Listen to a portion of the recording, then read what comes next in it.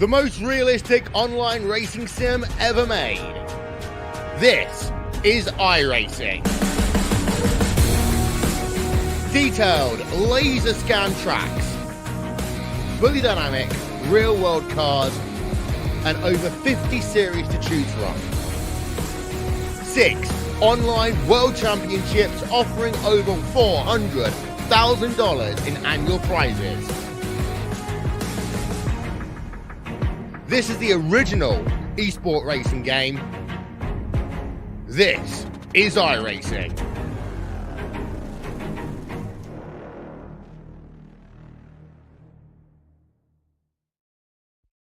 Racing isn't easy, but experiencing it is. iRacing puts you in the driver's seat with the industry's leading sim racing game. Drive on laser scan replicas of the greatest racing circuits from around the world. Go head-to-head against other drivers chosen by skill-based matchmaking to ensure competitive racing at every level. Compete across all your favorite series. In officially licensed cars, engineered to deliver the most accurate driving experience possible.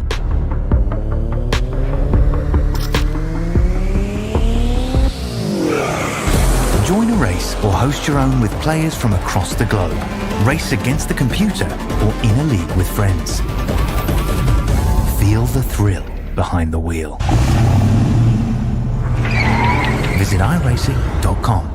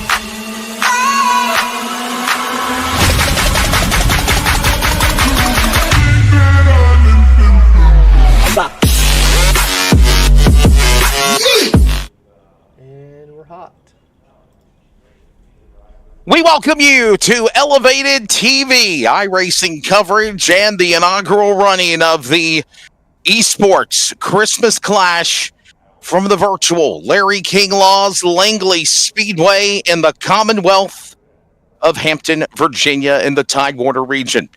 This race is to kind of mimic what will be next Saturday's $10,000 to win Race of Champions Christmas Clash at the Bobby Watson's Carteret County Speedway. I'll actually be on the broadcast call for that race next Saturday night or Saturday afternoon.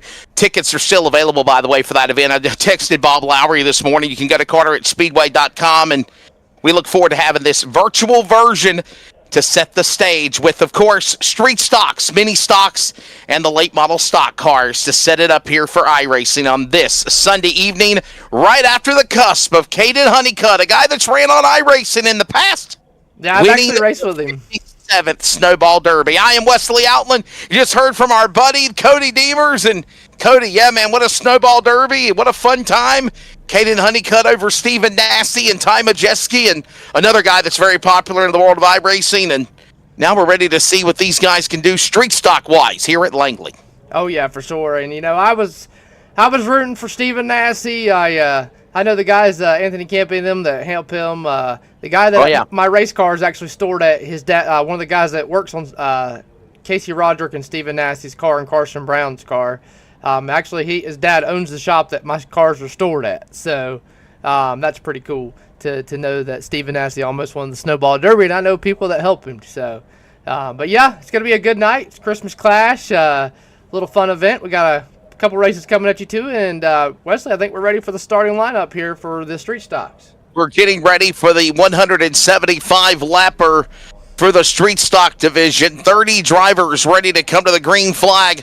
Let's take a look at the starting lineup with Jake McElfresh on the pole in the number 3 and Jason Thompson to that 028. Row 1, row 2, we'll find Andrew Cook in the 69, Joe Poley in the number 0 machine. Row 3, James Kirby in the double deuce, and Dalton Shupp in the deuce. Row 3, row 4, we'll find Alex Ware in the 38, Garrett Fox in the number 85 machine. In your top 10, Cody, we'll find Jason Maffery in the number 14 and Sessoms Victoria in the 55, your top 10.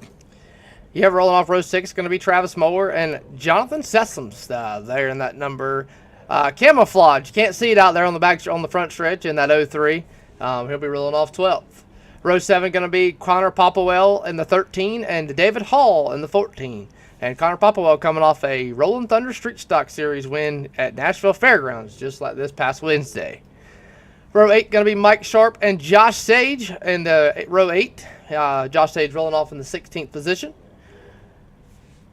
Row 9 going to be Blaine Akins, and Wesley Blaine Akins run a modified on Saturday night down there at Five Flags, so didn't have a good struggle there. Got in some catastrophe there to start, and Reagan Black rolling off in the row 18. Row 10 going to be Ricky Locklear Sr., somebody that Wesley knows real well, and Chuck Barnes Jr. rounds out your top 20 cars, Wesley. Moving on to the back top 10, it's going to be Randy Henshaw, the second in the 002, John McLaren in the 06, row 11. Row 12 to fill 24, we'll find James Horner in the 21.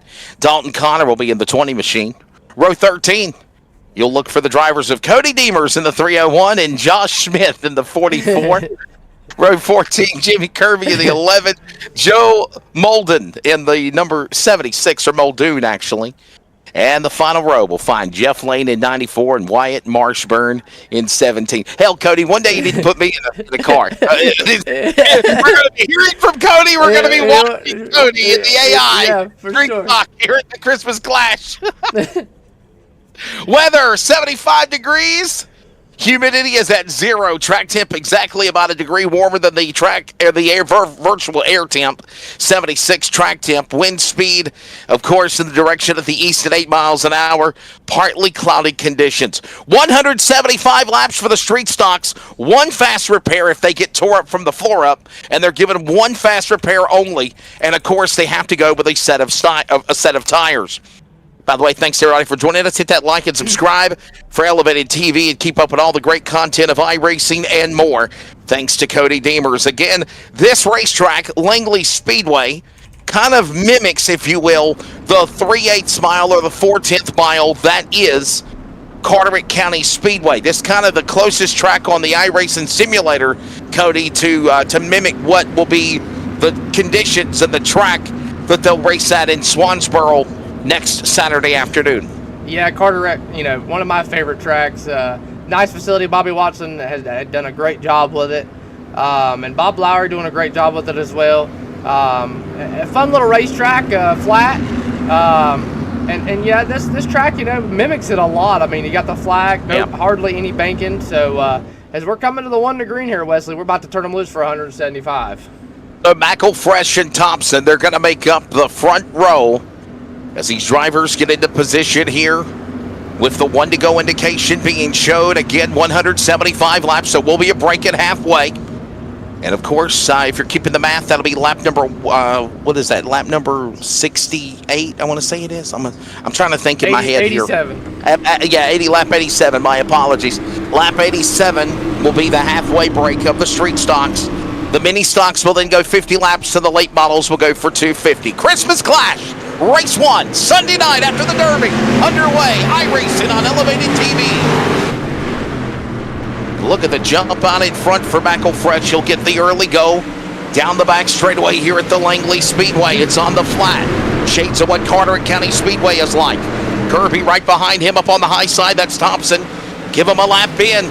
Long way to go to lap 175, but right now McElfresh leads the go in the black 3.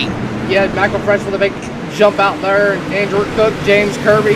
James Kirby all over the back bumper of that number 69 of Andrew Cook, not Parallax Motorsports. Monte Carlo, and Kirby trying to hang in. Knows it's a long race and setting in there. And right behind them, a little bit of battle. Jason Thompson, guy that started second. He's struggling on the outside as he's working, trying to get to the bottom, and the field just trucking, training him along as they work through there. And we're about to go 3 wide, Wesley. Thought about going 3 wide. Popplewell down on the bottom of the racetrack, battling with Thompson. Thompson free falling, if you will, on that outside lane of that 28 machine. This allows Aiken to close in on him for that spot right now. McElfresh, Cook, Kirby, Ware, Maffahee, if you will, the top 5, and that's the way it stands. Here comes Garrett Fox, Blaine Aikens. He's making his way up through the field. As we see Garrett Fox there on that chrome number 85, looking to the inside of him as well as they work back down. Oh! Gonna touch doors a little bit there, and here comes Ricky Locklear Sr. looking there, and Joe Pulley on the outside of him as we're completing 7 laps of 175. Big line loose there by the 85. It gave him a shot, if you will, up on that outside lane, the 05 push out of line. And now they watch him work their way back around the racetrack again. That's Thompson on the bottom. There's that 58 McCart as well. And all the while, McElfresh still leading the way. Cook, Kirby, Ware, the top 4 cars, and there you see this battle now heating up to 21 there on the inside. Got to get around this track. Got to 3 wide, working off 4. Oh, boy, the orange and blue B1 machine. Is that you? Yeah. We stuck her in the middle. Cody Demon. We put Jimmy Kirby and Blaine Aikens 3 wide down the front stretch. We said, Wesley, hold our beer and watch this. We're coming to the front. At that Racing Stripes orange and blue B1 machine. And Cody Demers now into the top 20, up to 14th. Setting his sights now on Ricky Locklear Jr. And there goes Horner now with a 21 down to the inside. There's a shot on the bottom. Gave him plenty of room. He'll let him reset. We got a caution. Yellow flag will come out. We got problems on the racetrack. Look like it's the 48 machine that put us under caution. Take a replay here. And this is Reagan Black, by the way. Reagan Black.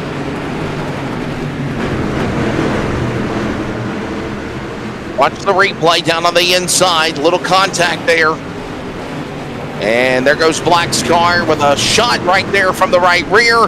Nowhere to go. Reagan Black into the outside wall in between 1 and 2.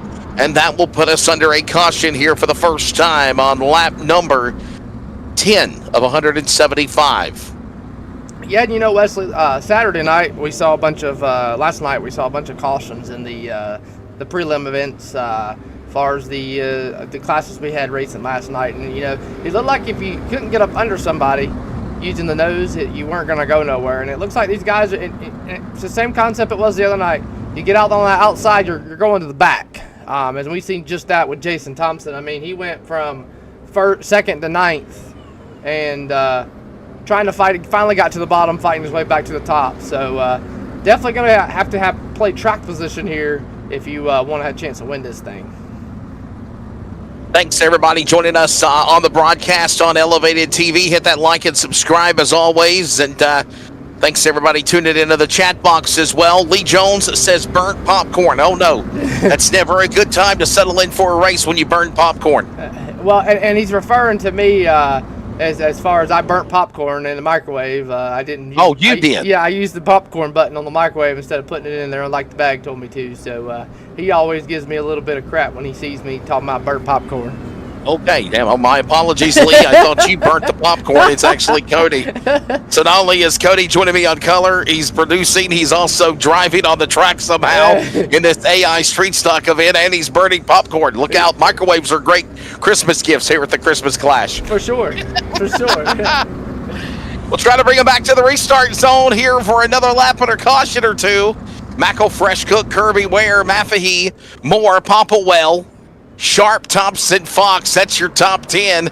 And drivers now deciding to go inside and outside as we get doubled up for the green flag next time by in the Christmas Clash, and one to go here, Cody. Yeah, it's kind of interesting to see how that 69 is going to fare. If he's going to fade back like the Jason Thompson did, or if he's going to fight. I mean, it's going to be hard to make the outside work here, and we're about to see who's going to get it here. Again, Larry Kinglaw, Langley Speedway. This is the track that kind of mimicked Carteret County the best. As we go back to green. 10 in of the 175. Still a long way to go here in the Street Stock event. Here comes James Kirby to the inside. McAfee in the 14, and just what I thought, Wesley. The 69 going to go, but looks like he may be able to tuck down behind the 14 machine in front of the 19. Thought he was going to squeeze it in there. He did, but here comes Popplewell as well. And you got the 28 of Jason Thompson working to the inside of Alex Ware. So that battle heated up for that position in the top 5. Popplewell, Cook, Thompson behind him. And they all get now settled in single file. Now back door to door again. There's a shot to the bottom of the racetrack by Thompson. Thompson's going to pull alongside with Cook. Bully watches along in the black Zero car, and so does Moore in the 5. And they're going to come down on the inside and go to get around some of these cars up on the outside lane here, Cody. Yes, sir. As James Horner there looking to go 3 wide, Wesley. Oh! Sticks his nose in there and makes it work somehow. And all this going on, Andrew Cook going to get down to the bottom here. Joe Poley stuck on the outside now, and they're 2 by 2 right here as this all works on for 7th, 8th, 9th, and 10th.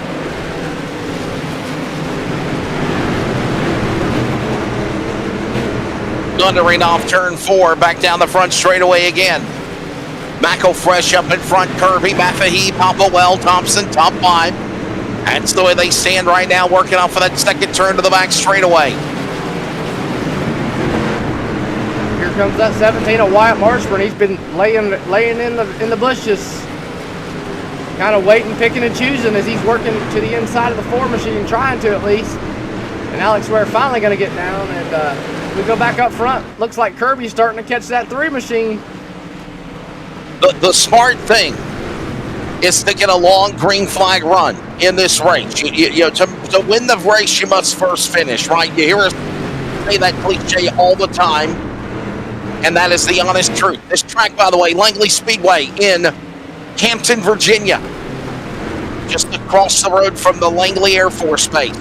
0.395 mile oval track. It is a flat racing surface with only 6 degrees in the corners, 4 degrees on the front straightaway, and a 3/10 mile close to size of the facility. And honestly, it just is the closest similarity to where the real drivers will be racing in the Christmas Clash for $10,000 to win. Legend Cars, $2,000 to win, and the Crown Vic Bootleggers also next Saturday, and it is at Carteret County Speedway. This track on iRacing is the closest to that Swansboro gym. Yeah, for sure, and you know, like I said earlier, Carteret's, you know, it's a fun little track if you can figure it out. You know, I've been racing there a little bit, and either you're good in 1 and 2, you're you're good in 3 and 4. You never can be good in both corners, and it's the same way here at Langley. I mean, them tracks are so similar. I mean, the big difference is, there's no inside wall. That's a lot of the difference between the two tracks. But I mean, other than that, I mean, there's not really a big difference, Wesley. It's kind of a driver's track on both ends. So.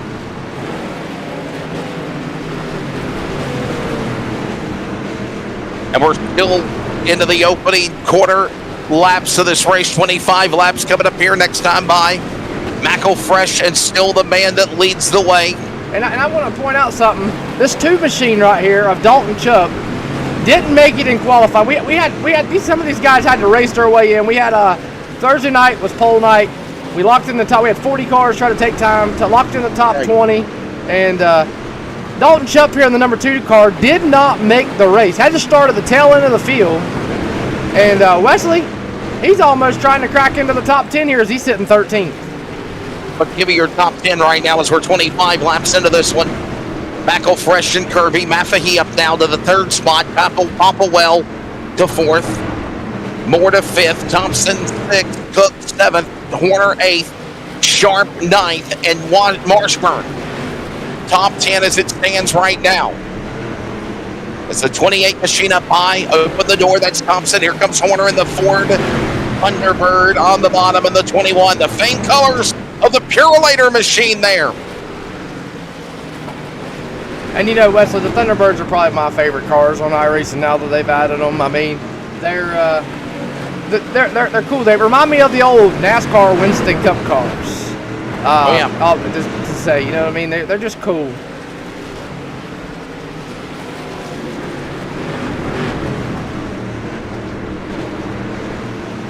Under a little bit of a green flag run here, Wesley. This is what we needed, right? We talked about it. We need this green flag run to happen. We're seeing it. Smart driving by many around the racetrack here. As McElfresh, here you see the leaders. They're 1 and 2, McElfresh and Kirby. 1 and 2 on the back stretch now, or actually on the front straightaway into turn 1 and 2. That's how fast they turn laps here at Langley. And also at Carteret County next Saturday, Cody. Yeah, they turn, about the same lap time series they would at Carteret, and and a lot of the legend guys, they run so good at Carteret that run here because, they are similar. So, they don't have to change much. It's more or less just kind of drive the car. So, looks like James Kirby there figuring the track out, trying to catch McElfresh, and it could be just him riding a lot. He knows he's got the halfway break. Got to play cards right. Got to ride, save tires, and not push. And it looks like he's doing just that.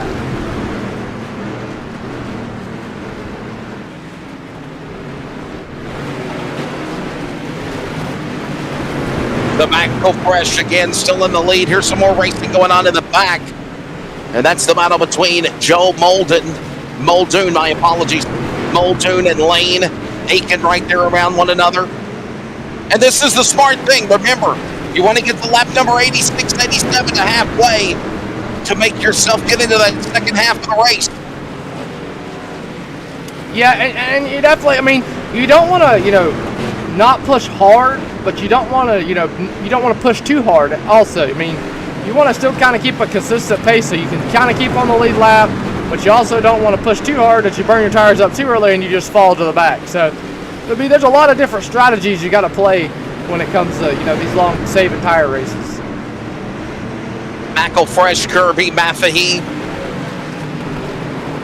I hope I'm saying his name right. Maffahee, I think it is. Popplewell, Moore, top 5. There you see him single file. There's a black number 3. And there is, of course, Jake McElfresh in the lead, leading the way. Hey, you better step on the gas there, Gordon man. Here comes Cody Beavers about to go a lap down.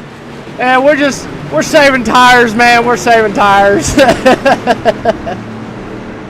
Poor Cody Deemers about to go a lap down here, Randy Bull. But thanks for those joining us.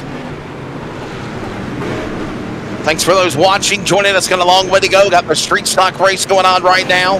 Then we have the mini stocks, a little downtime, 50 lapper. No fast repair, by the way, for the mini stocks.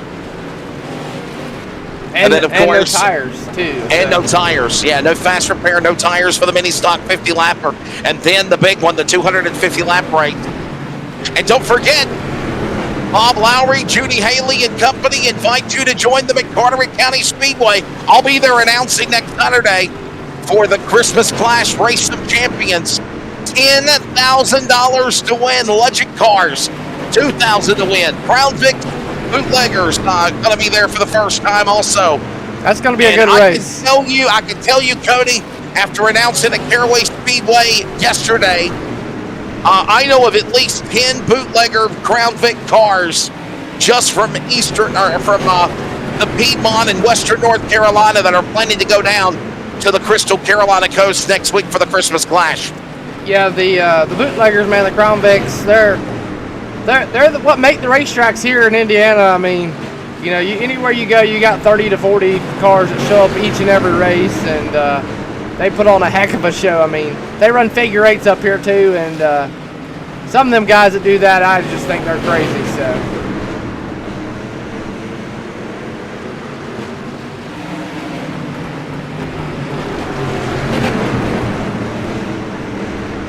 Wesley, McElfresh still in the lead. Yeah, man, I'm sorry, my apologies. McElfresh still in the lead. He's caught up now to Victoria. And he's putting the 25th place car a lap down on the track right now. Demers is on a thread trying to hold on to the tail end of the lead lap. It's a long way to lap 86. That's all I'm going to tell you. We're digging. We're trying. We're trying to go to the front.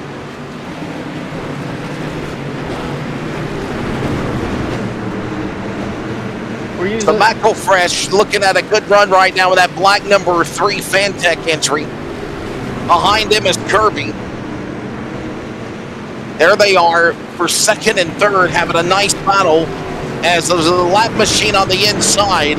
Third place car, Mahaffey, trying to get to the double deuce of Kirby. And Millette goes on to 55 of Victoria, holding up that battle for second and third as they hit the back straightaway, Cody. Yeah, Victoria Cecil's the lap car trying to do her best as Kirby's going to get stuck on the outside here. Hopefully he can tuck down here in front of Popplewell, and he's going to do just that and try to get back around the 14 machine of Jason Mahaffey. And here comes Popplewell. Popplewell working to the inside of the 22 now. So James Kirby not looking too well as he's stuck on that outside trying to get back down to the bottom.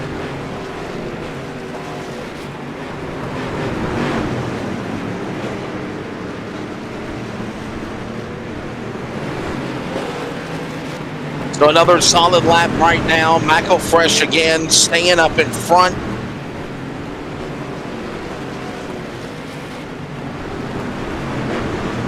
Having a solid run in that black number 3. And honestly, this is exactly what needs to happen. This is the longest green flag run of the race, obviously.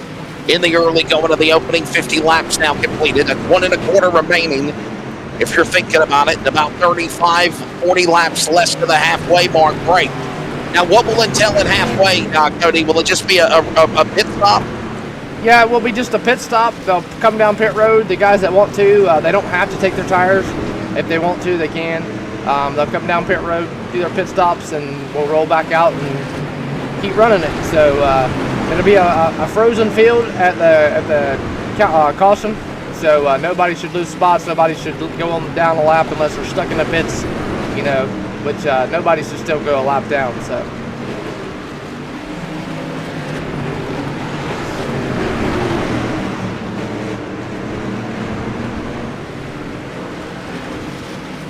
McElfresh still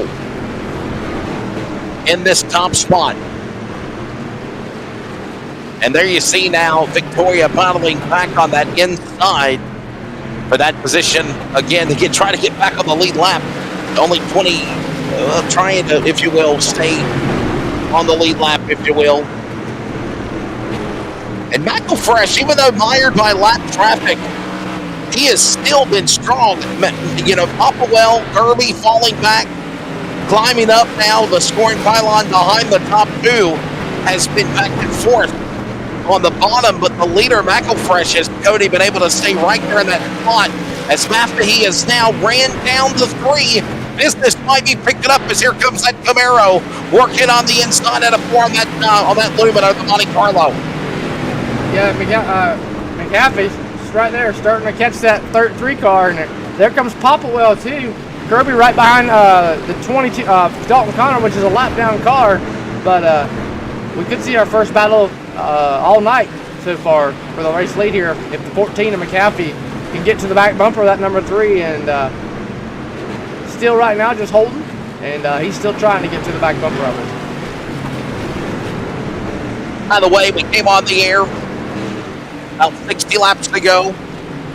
Air temp was 76 or 75. Track temp was 76. Now air temp has bumped up to 71 degree on lap 60. Track temperature has now gone up almost 10 degrees to 88 degrees on the racetrack. Oh my goodness. And we'll show you just what Leslie's talking about. There you see it there. Track temp 88 degrees, temperature 76 degrees. So track temp gone up very significantly here in this one. And Wesley, our leader, is stuck in some mess. Yeah, and you're holding him up. Trying to keep her on the lead lap. Cody Deemers on the tail end of the field. Burn popcorn, as they call it, in the B1. And here comes now a battle for the lead. Mafahi get greedy, went to the inside. Stuck it right up the middle. Use the lap machine as a pick. Here comes now also Mafahi and Popplewell. Popplewell down to the bottom, and he'll go to the lead. 2 lead changes in less than a lap. And now McElfresh has fell back to 3rd. He's now going to climb to 2nd. He's going to try to go back to the lead on Popplewell as they dive to the 3. Wow, what a good little battler that was. And right behind him, you got McAfee and Kirby. Kirby's worked his way back up there. He's trying to get back to 3rd. And whoa, he's going to throw it big time in there. Knock the 14 up out the groove. And he's going to go to 3rd. Here comes Moore to the inside of the 14 machine. Boy, what a slider that was. Somehow held on to that spot. And now Popplewell showing the opportunities to him to lead in the 19. Look at now the 14 of Mafahi. Look at this. Up a couple of laps to go, fighting for the lead. Now he's fell back to 6th. Behind Horner in the top 5. He's going to battle back to the outside lane, though. And we're about 20 laps away to the halfway mark of this race. Popplewell, McElfresh, Moore, Horner, Kirby, top 5. We're going to go side by side on elevated TV during this long green flag run. You're not going to miss a thing. More coverage of the Christmas Clash when we return.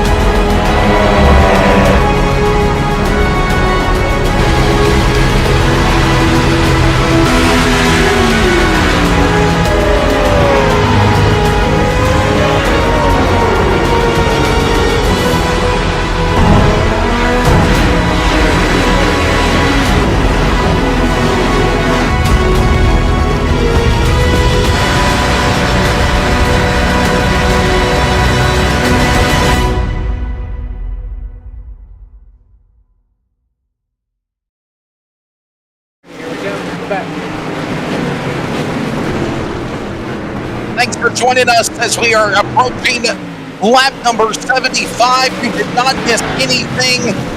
100 laps to go, and mere about less than 15 laps away to the opening up of a halfway break. And one of the things that Cody Deemers and myself, Wesley Outland, were talking about is the fact that during the side-by-side break, the tires are going away on a lot of these cars, and they are dirt tracking it around Langley right now, praying for halfway in 10 laps here, Cody. Yeah, everybody big time loose. You know, and you can watch some of these cars. I mean, just look at James Kirby there in that number 22 machine. You can watch him through 1 and 2. I mean, he's all over the place. You know, just trying to hang on and, you know, wait for the halfway break. And I mean, you get side by side with somebody, and it just throws the air off, and there's nothing you can do about it. So I'm sure we'll see everybody come down pit road at lap 86. That halfway break less than 10 laps from now. But Popplewell up in front. Let's find the 19 as we see more action in the back. Here's your leader working in 3 and 4. And right now, Popplewell has a almost 9/10 of a second lead over McElfresh, who for the most part led the opening 60 laps of this race. But he's fallen off at about 20 laps from now here, Cody. Yeah, he's definitely... tires are I'm sure, gone. Popplewell probably saved his tires a little bit there, and, you know, made his moves when he needed to, and McElfresh just fell off. And then Travis Moore there in that number 5 machine, in that Trading Paints Videos entry, he's working his way out. And then you got Dalton Connor behind him, a lap down. Mike Sharp trying to hang on. James Kirby on his back bumper. Here comes Jason Thompson. And somebody we talked about earlier, Wesley, the 2-car, Dalton Chupp, he's cracked his way up into the top 7.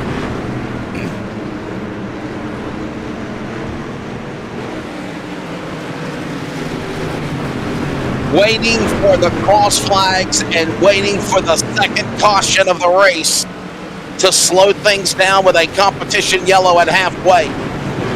And right now, there you see, of course, the 14. Heavy right side, left side damage. Fell, yeah, he has got big damage. He fell all the way back to the top 10 with Jonathan and Fox in front of him. And I'll be honest, though, Cody, I don't see Maffahee using a fast repair just yet. I don't think that is something that warrants right now the need to use a fast repair. Wait it out if I was me. Yeah, no, I definitely don't think he's going to use a fast repair. But you never know. I mean, long race, still has plenty of time to dance. Big time slide there by the 17 of Wyatt Marshburn. And we're only a lap and a half away from seeing the halfway caution. They'll cross the line. There'll be the cross flags to show halfway. And then a caution will be displayed for a pit stop. And I got a feeling the entire cavalry is going to be coming down the pit lane. As halfway now of this race, once we get everybody across the scoring loop, a caution will be showed next time around.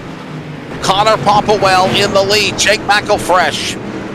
Of course, Tavis Moore, Mike Sharp, James Kirby, top 5. There's the caution with 87 completed, 88 to go here in the Street Stocks version of the inaugural AI Christmas Clash at Langley. Wow, that was a long green flag run. I was not expecting that here at Langley. I mean, we had 15 cars in a roadster race the other night, and it was a wreck show, and we got 30 street stocks here, and we can't get them to have a caution. So just shows the talent level of drivers. Waiting for the field to catch up behind the iRacing pace car.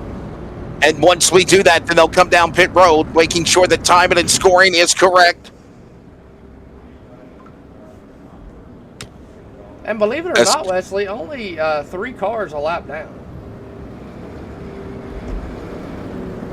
That's it. Yeah. And you stay on the lead lap. I can't believe it. I'm happy for you. Yep. I told you I was going. I was driving. So we done our job. We kept it on the lead lap. And Wesley, yesterday I went and done a 3-hour endurance race with go-karts. Oh, wow. Yeah, it was very brutal. I stayed on the lead lap. We finished, I think we finished, after everything was said and done, we finished 4th. So we, for first time ever doing it, I I was wore out. I come home and passed out. And disappointed, my friend, that I'm not going to be able to see you at Carteret like we had planned about a month ago, too. Yeah, we run out of time with the Legend car. It just kind of, everything didn't line up like we thought was going to line up. And we're going to definitely try to make a couple races down there next year. The plan is to come down in July and see the family for a week and a half. I'm going to try to plan around a race that they're having down there, and I may just pull the race car and go have a little bit of fun. So we'll see. So they're working lap number 89 of 175 when they come to the line. Any moment now, pit road will be open, and drivers will be taking on tires and fuel.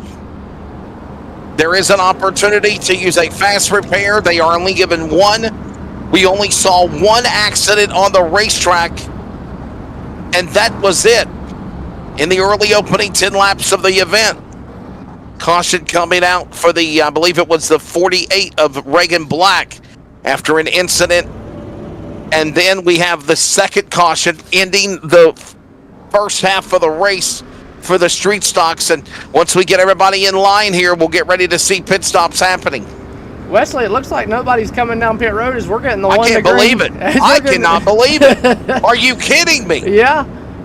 And these guys get that one set of tires, so it very surprises me that they're not wanting to take you here at halfway and have a fresh set. So and let them know that is optional. You don't have to come down pit road. The smart thing should have been to, right. But maybe they think there's going to be more cautions. The second half of the street stock portion of the inaugural Christmas Clash is back to green at Langley. Here comes the Travis Moore and Jacob McElfresh. On the outside there in the 3 machine, here comes the 5 machine to the inside. Connor Popplewell will bring them back to green, and stride for stride beside him, the second place battle with Moore and Kirby. Up the hill goes McElfresh. He couldn't get around Dalton Chupp. Chupp's on the inside of the 2. Here comes the McElfresh, and he did not take that fast repair, so he's looking to the inside of the 3 machine. Whoa! Here comes the 17 of Wyatt Marshman, looking down to the bottom. Madoon there in that 76, and McElfresh, guy that's been out front the entire race, he's worked his way back to the back.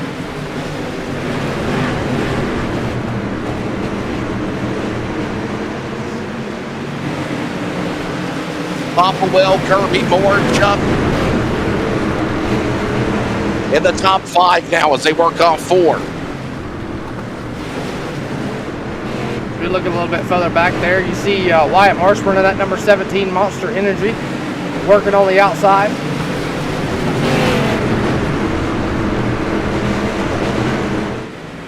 Nolan Marshall, I don't understand your comment towards me. I have a 28-year career and I love what I do for a job.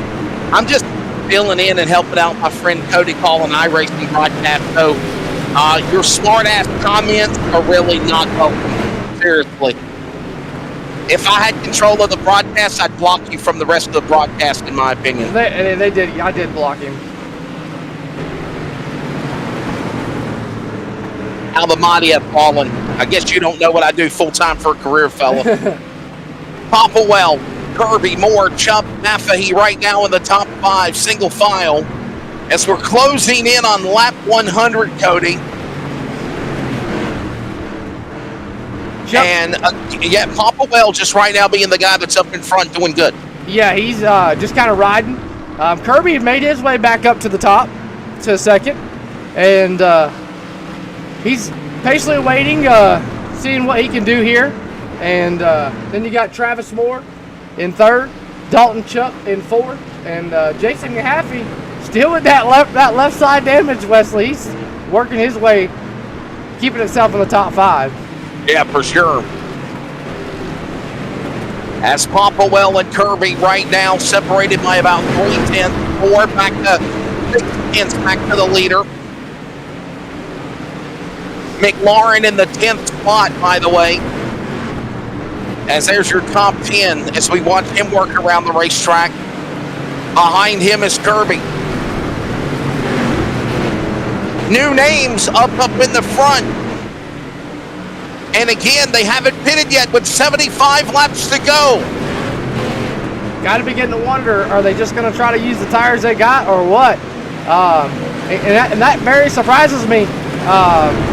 As we run a Nashville Fairgrounds race the other night on Wednesday night. You can check out the broadcast on Elevated TV with Rolling Thunder Street Stock Series, and man, they were talking about at lap 50 of a 150 lap race, their tires were gone.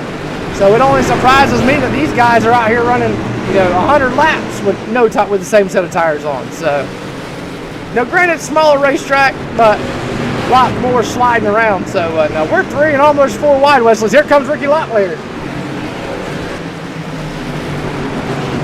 3 wide in the middle. Look at that move there. That's the Monster Energy color. So that white car, that's the 17. That's Marshburn between Smith and Company.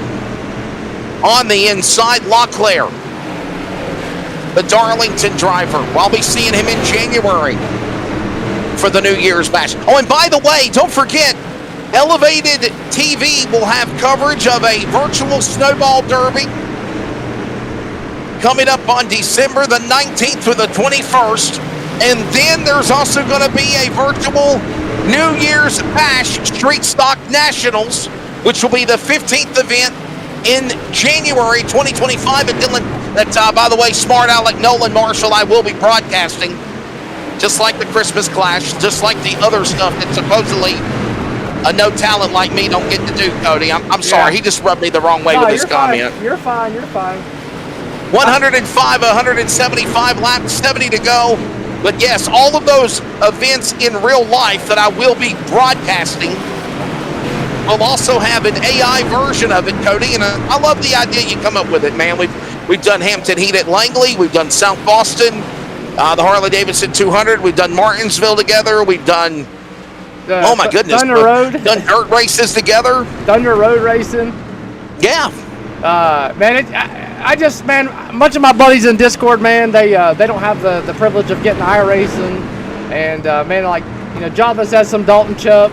A lot of these guys, they don't have the privilege of being on iRacing, so the AI stuff that iRacing allows you to do kind of gives them the feel. I mean, they get into it just like we do broadcasting. I mean, even though they're not driving the track, I mean, and the cool thing about it is you don't never know who's going to win. It's not like you can rig it and, pick who's going to win the race. You don't never know. So that's the cool thing about it. And, we try to make it fun. And Dalton Chubb, man, is impressing me, Wesley.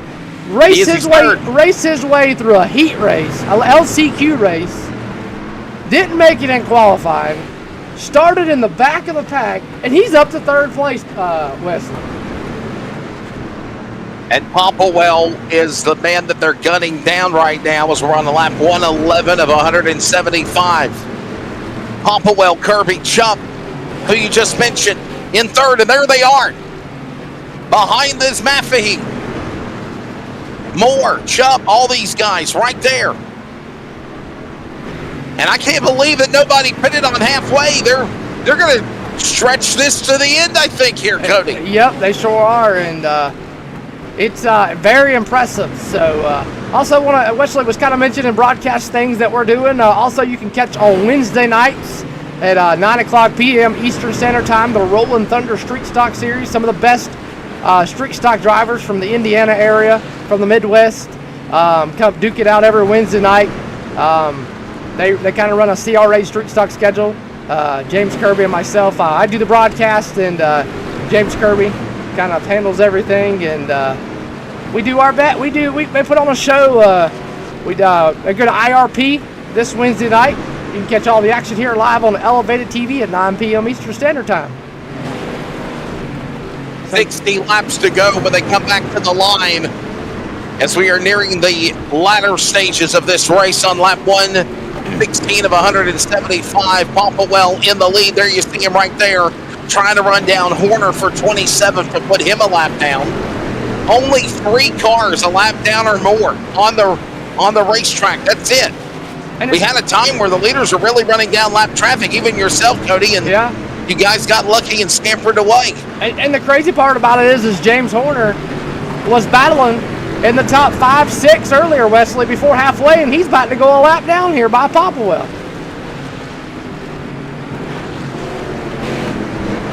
And James Kirby right there, laying in wake. Nose lap traffic's coming. Here comes Jonathan Sessum's getting going to go a lap down, and he was battling top 10 earlier before the halfway. So a lot of these guys kind of makes me wonder if they've pitted. Hey, wait a second, Cody. Nolan Marshall, if you've got something that you need to say to me, I encourage you to bring your butt. I'll pay for your damn race ticket to be at Carteret County Speedway next Saturday, and we can meet each other face to face, and we can have a powwow. Okay? Like, seriously, I don't know who the hell this guy thinks he is. Here comes James Kirby to the inside of the 19 of Popplewell. Pay for his race ticket. I'll pay for his race ticket to meet this clown. And here comes Kirby. Battle for the race lead, Wesley, as they work back down into 3. What an idiot. Kirby trying to go to the lead on the inside. Popplewell up on the top. And we're closing in on the final 50 laps of this one.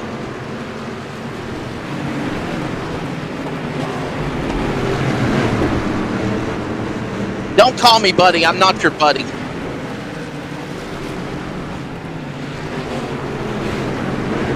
Okay, good. Yeah, he's a friggin' idiot.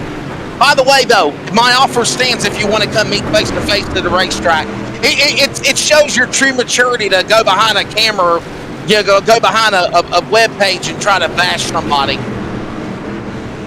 WesleyOutland.com, by the way, you can see all the credentials I've done in my 29 years. Closing in on 50 laps to go here at Langley. Kirby, Popplewell, Chubb, 1, 2, and 3. More Maffahee as it stands. Kirby now on the outside lane, trying to battle back. Popplewell on the inside. Dalton Chubb, he's just an idiot, dude. That's one of the reasons why our society is the way it is people like that's got to hide behind the keyboard and try to bash other people to knock them down. Oh, and by the way, supposedly, since I don't have no career, done it for 29 years in January, all these races, even this Christmas Clash that I'm doing for Cody as a favor, as a friend, I will be doing the real race next week. And I'll be doing the New Year's Bash for Mav TV and all the other stuff that he says that I guess, what was the word he said? Oh my God, you deleted it too quickly. Anyhow, he says I'm no talent announcer, I guess is what he said, so. we got a battle for the lead, and my buddy Dalton Chop is on the back bumper of the number 19, Connor Popplewell, for the race lead. And here comes that number 2, landscaping, number Dalton Chop. Race his way in from an LCQ, never thought he had a chance, and he is up here battling for the lead. 130 laps of 175, Wesley. I love it. What a job he's got going for him right now. And you got to think, even if it finishes second, Wesley, that is a job well done to come here, start 30th, and come up to second. Up to second after going through a last chance qualifier. Popplewell up in the lead. Does he got enough time? That's the question. As we close in on lap 130. That's under 40 laps to go down when they come to the line. Popplewell, Chubb, Moore, Kirby, Maffahee, David, Pulley, Lane, Muldoon, McLaurin, top 10. And Chubb says, ding, ding, ding, let's go. I think that means it's the ring bell. It's time to put the pedal to the metal. Front now, right? Yeah.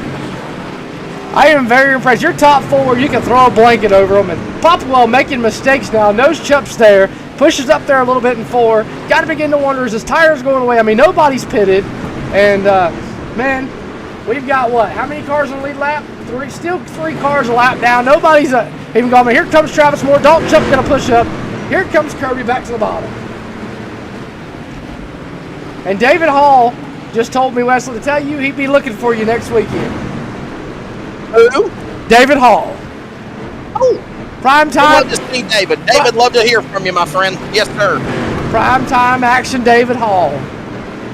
Enjoy always the conversation with David. I think I saw him briefly at the Battle of the Stars, which is supposedly, I guess, another race I don't announce, right, Nolan Marshall?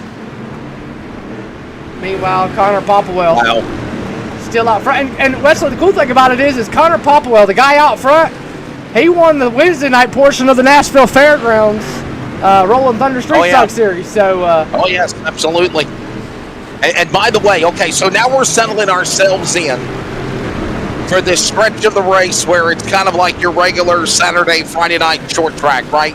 About less than 40 laps to go. So this is the stint closing into the finish with Popplewell still in front. You got that 5 of, believe it or not, Gary Ledbetter up in front of him, about to go a lap down. Now that's not something that usually Gary Barnes Jr. Yeah, that's something that normally don't happen for Chuck Barnes Jr. for that matter. Yeah.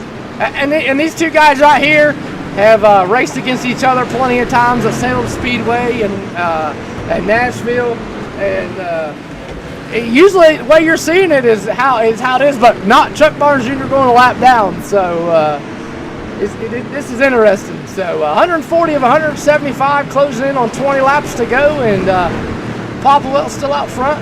Travis Moore, James Kirby, your top 3.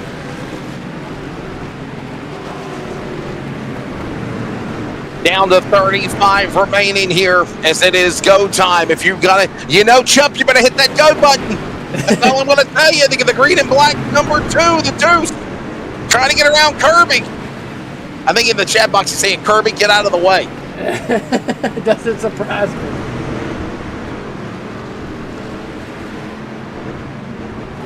Oh my goodness! Is that Kyler Staley, the guy that ran the joke show from the Madhouse League the other month ago?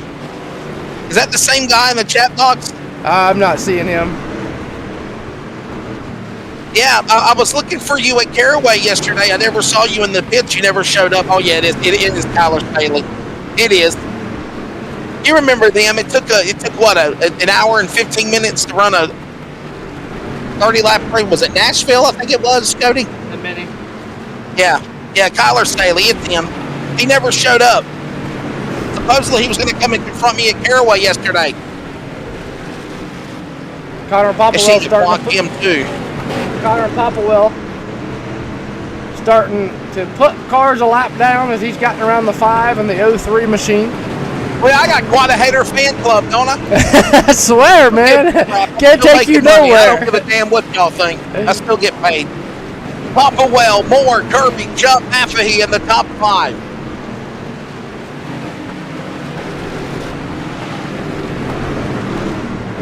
As right now, Popplewell still continuing to lead, the laps winding down.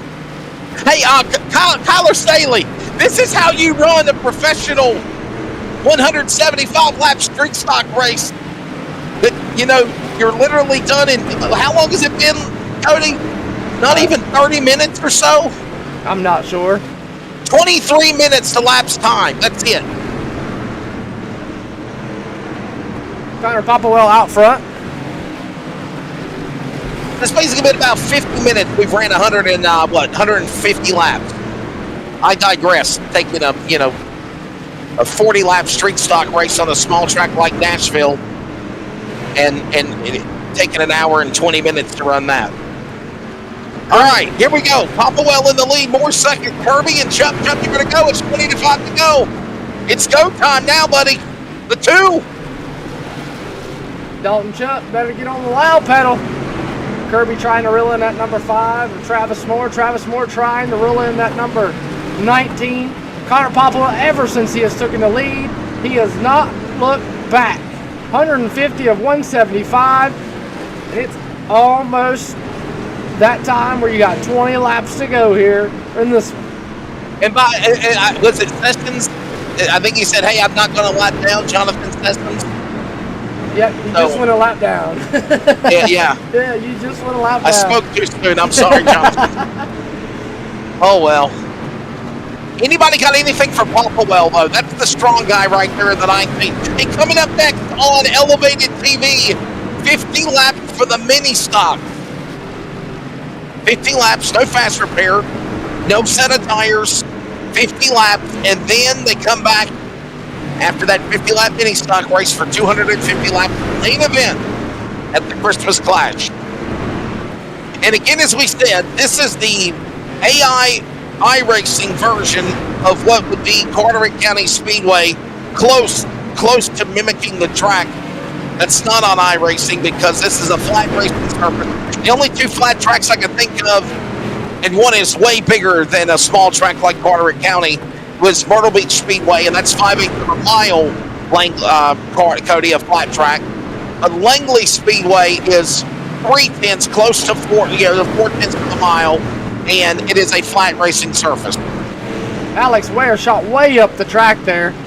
Not too sure if he got touched there by the 5 machine. He's a lap down car. He's just kind of staying out of the way. But big time shot there. And Connor Popplewell, man, he is flying through lap traffic. And 20 laps to go as well. Just like that, down to the end of this one. Lap 157 of 175. Popplewell now running down Horner in 21. Travis Moore right there. One car separates them between the leader and second place. The lap car, the number 5 of Chuck Barnes Jr. And he's hoping for caution. Does he get the free pass? Yep, we'll definitely get the free pass there in that number 5 machine. And the 19 machine stuck behind James Horner, and it just blows my mind that the 21 car was battling for 10th place earlier. Now he's back here in what? You know what blows my mind, Cody? 17 to go, 2 cautions. And nobody pitted. Because of the competition caution at halfway. Yeah, and that really blows me away too, Wesley, because I mean Saturday night, last night we had, a 15 lap Thunder Roadster event with 14 cars, and they had more cautions in it than we've had with 30 cars on the racing surface for 175 laps. So kind of blows my mind, I should say.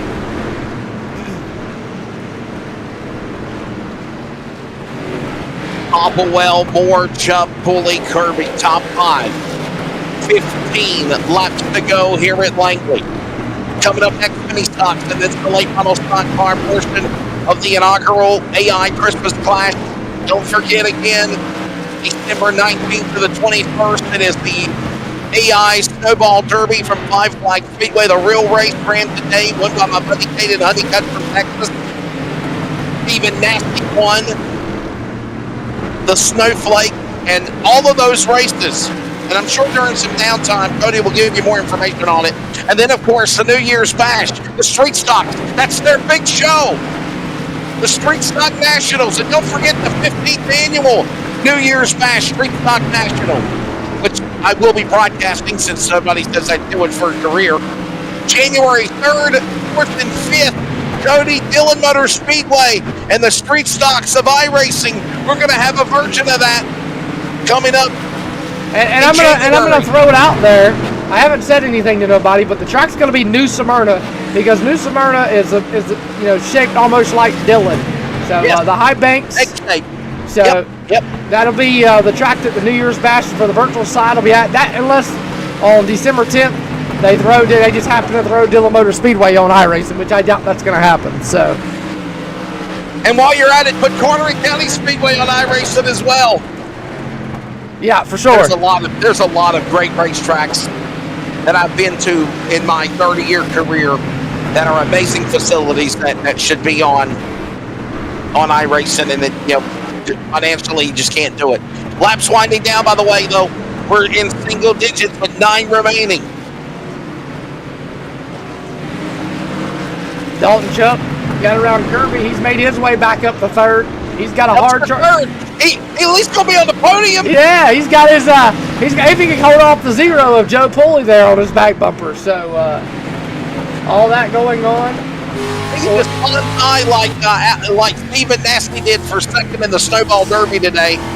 If Chubb can just get on the gas, well, that's definitely not helping Pulley on his outside. Yeah, no, that's for sure. Kirby on the bottom. Joe Pulley, you're on board with him. And falling back is Pulley on the outside. Popplewell in the lead. It's an open hand. 4 fingers and a thumb from your flagman, Barney. Here at Langley, 5 to go.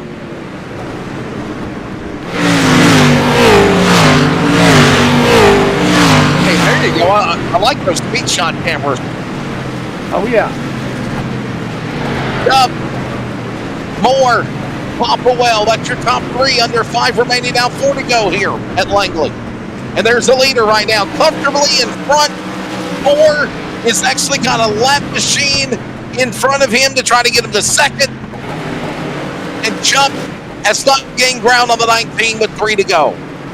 Yeah, Dalton Jump kind of just back there, and Popsicle Sticks will be in the air next time by for Popplewell. Ever since he took the lead over from McElfresh, man, he has driven away, and McElfresh fell all the way back to, I believe, 13th.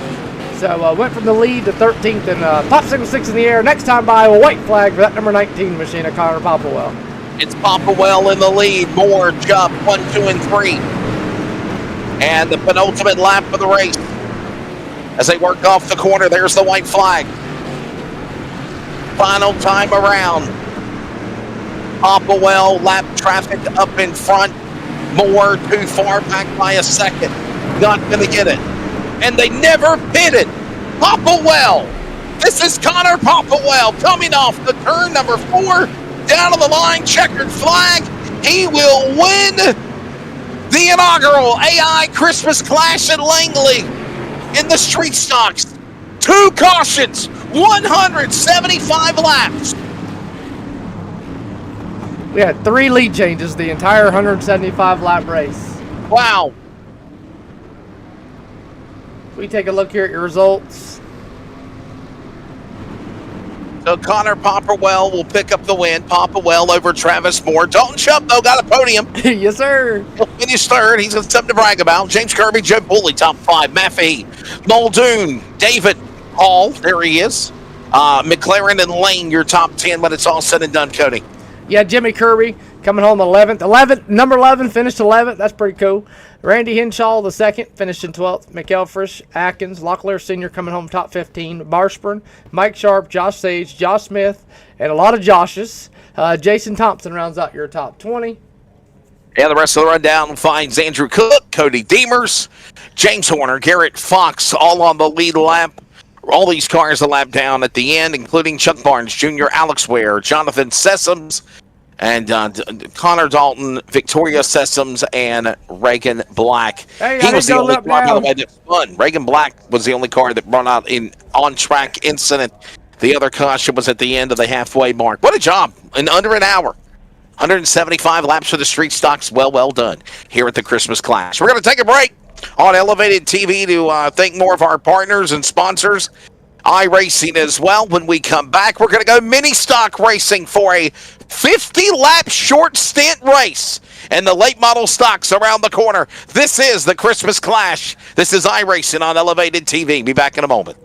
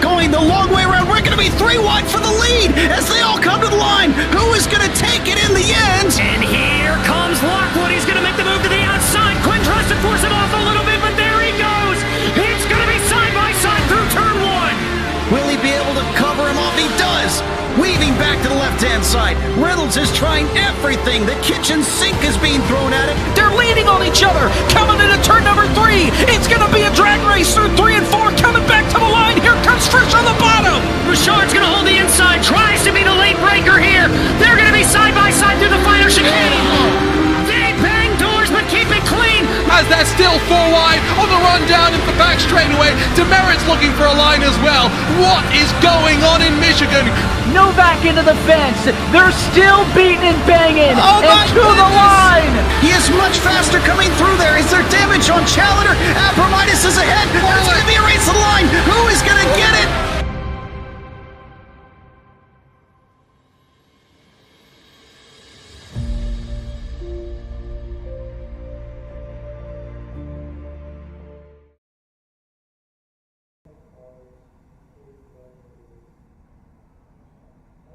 Welcome back to elevated TV coverage of iRacing and the inaugural running of the Christmas Clash. Of course, don't forget the big one, the real race, the Christmas Clash. I will be on the announcing call for that event, by the way, with Alan Vick and company next Saturday.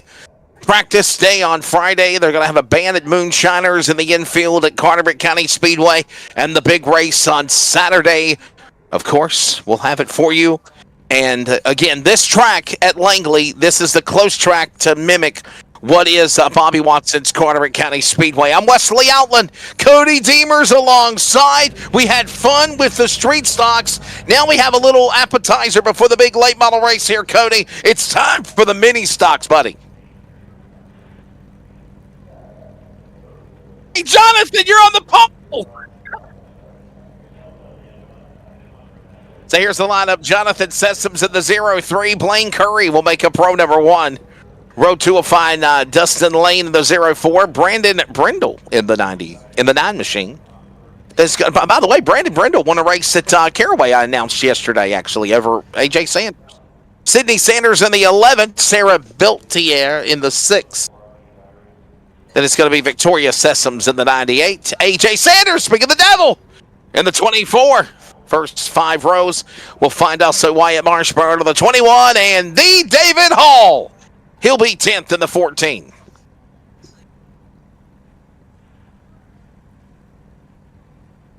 Come on, Dalton Chubb. Come on, DC.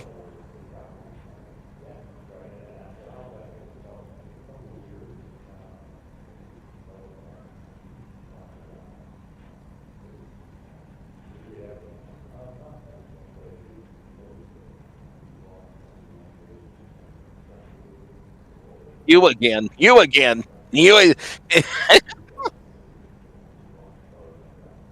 So the rest of the drivers being introduced there. Of course, Ray Byrne, Cody Irto, Tyler Dehart, and Ryan Deemers. Other drivers that we don't have in the lineup, but I guess they're going to be a scratch. I'm not sure. So Langley Speedway again, 0.395 mile oval track, just at 0.3 of a mile. In Hampton, Virginia, the Tidewater region of the Commonwealth.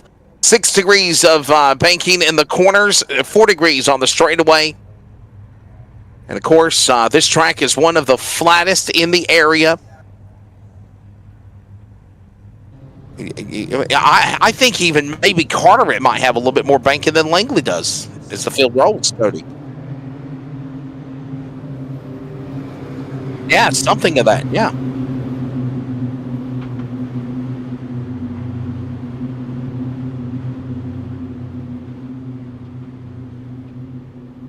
So here it is, Carteret County Speedway, the real track where the real Christmas Clash will be next Saturday.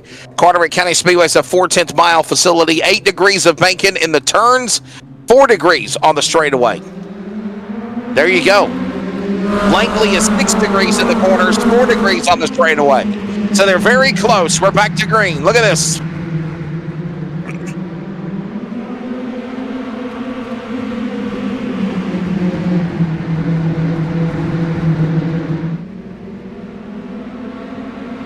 It's a 50-lap race and already a couple of laps into it. Not wasting no time. Jonathan Sessoms up in front. All right now, Chubb, you better get up to the front now. Sessoms and Chubb going to be trash talking to the chat box, and we're going to go 3 wide. Is that Cody Deemers up the middle? It is.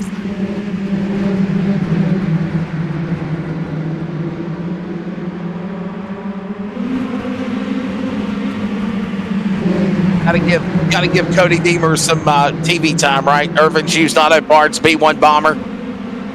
Oh boy, Sessoms in the lead lane, second, Sanders third. With another lap on the board, on the way to 50-lap race. Coming up next, the late models. And they're going to go for 250 laps around Langley. One fast repair, one set of tires, and again, halfway break on lap 125 for a caution. This is going to go straight to lap 50, and right now we're already a handful complete. Sessoms in the lead. And look at now, Deemers. We're watching now Sessoms again up in front. He looks good. Half second over lane, and they go to 1.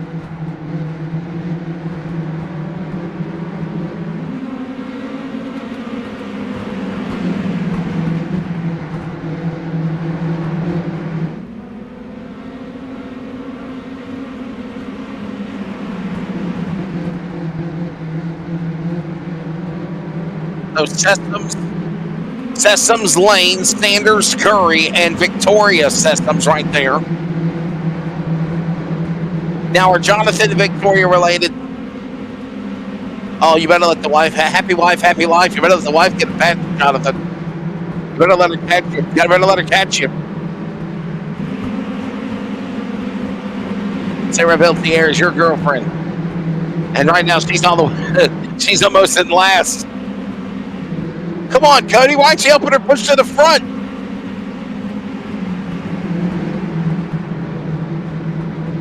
Hey, Cody, we can't hear you, but we hear Wesley good. It might help if I turn myself on. Turn your mic on, Cody. It might help if I turn the mic on. It might help if I turn the mic on. I've been sitting here. Sorry about that, ladies and gentlemen. Well, let's get why it lasted. You got that no crazy talking to myself, right? Yeah, right. Pay no attention to the man behind the curtain. We have Oz Cody Deemer with us now. Yeah, for sure. I got too carried away driving behind the wheel. And Dalton Chuck, that number 7 on the outside, falling to the back. Sessoms in the lead, Lane in second, Sanders third, Curry, Victoria right now, top 5. That's where they stand. And we're already a dozen laps into this one. And Wesley, I gotta say, that 705 car right there, if we zoom in on it, that is a beautiful looking race car to me. Chrome numbers, the red and black. I don't know, that it just looks nice. Cody talking, but no one could hear. Yeah, we got it fixed now. We got it fixed. Gotta hit that unmute button, right? Yeah, for sure. The sound of bumblebees, if you will, in a pissed off swarm working their way around turn 4. And Jonathan Sessoms leading the way. Sessoms is actually going to be excited. He might win something here. Yeah, right. On Elevated TV, right? Yeah, he always. It's funny because some of the races we do in Discord.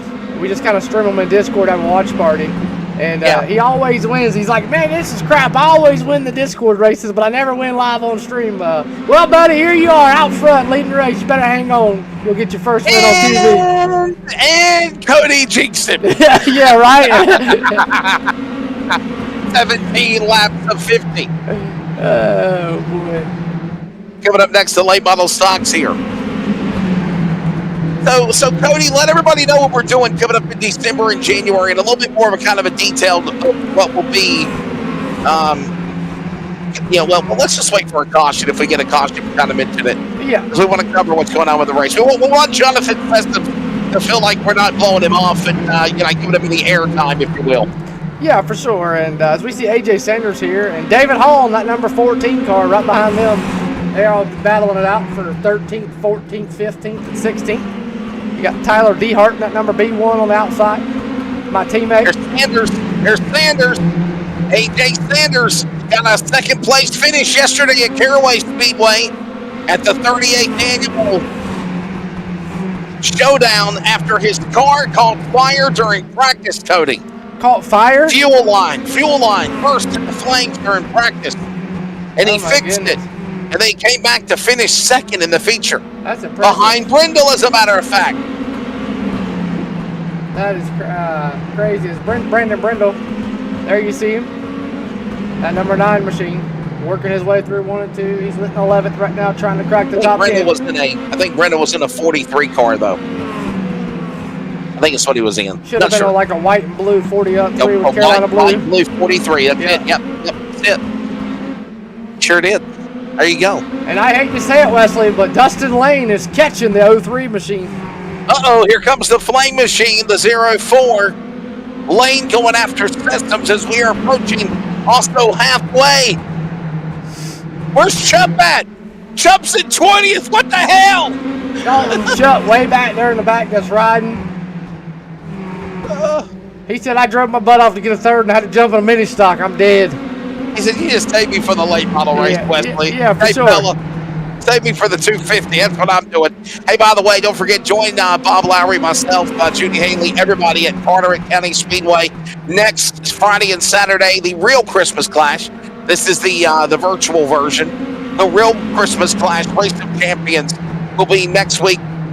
Cody, I know that's a special place in your heart. You know, I've announced over there many times.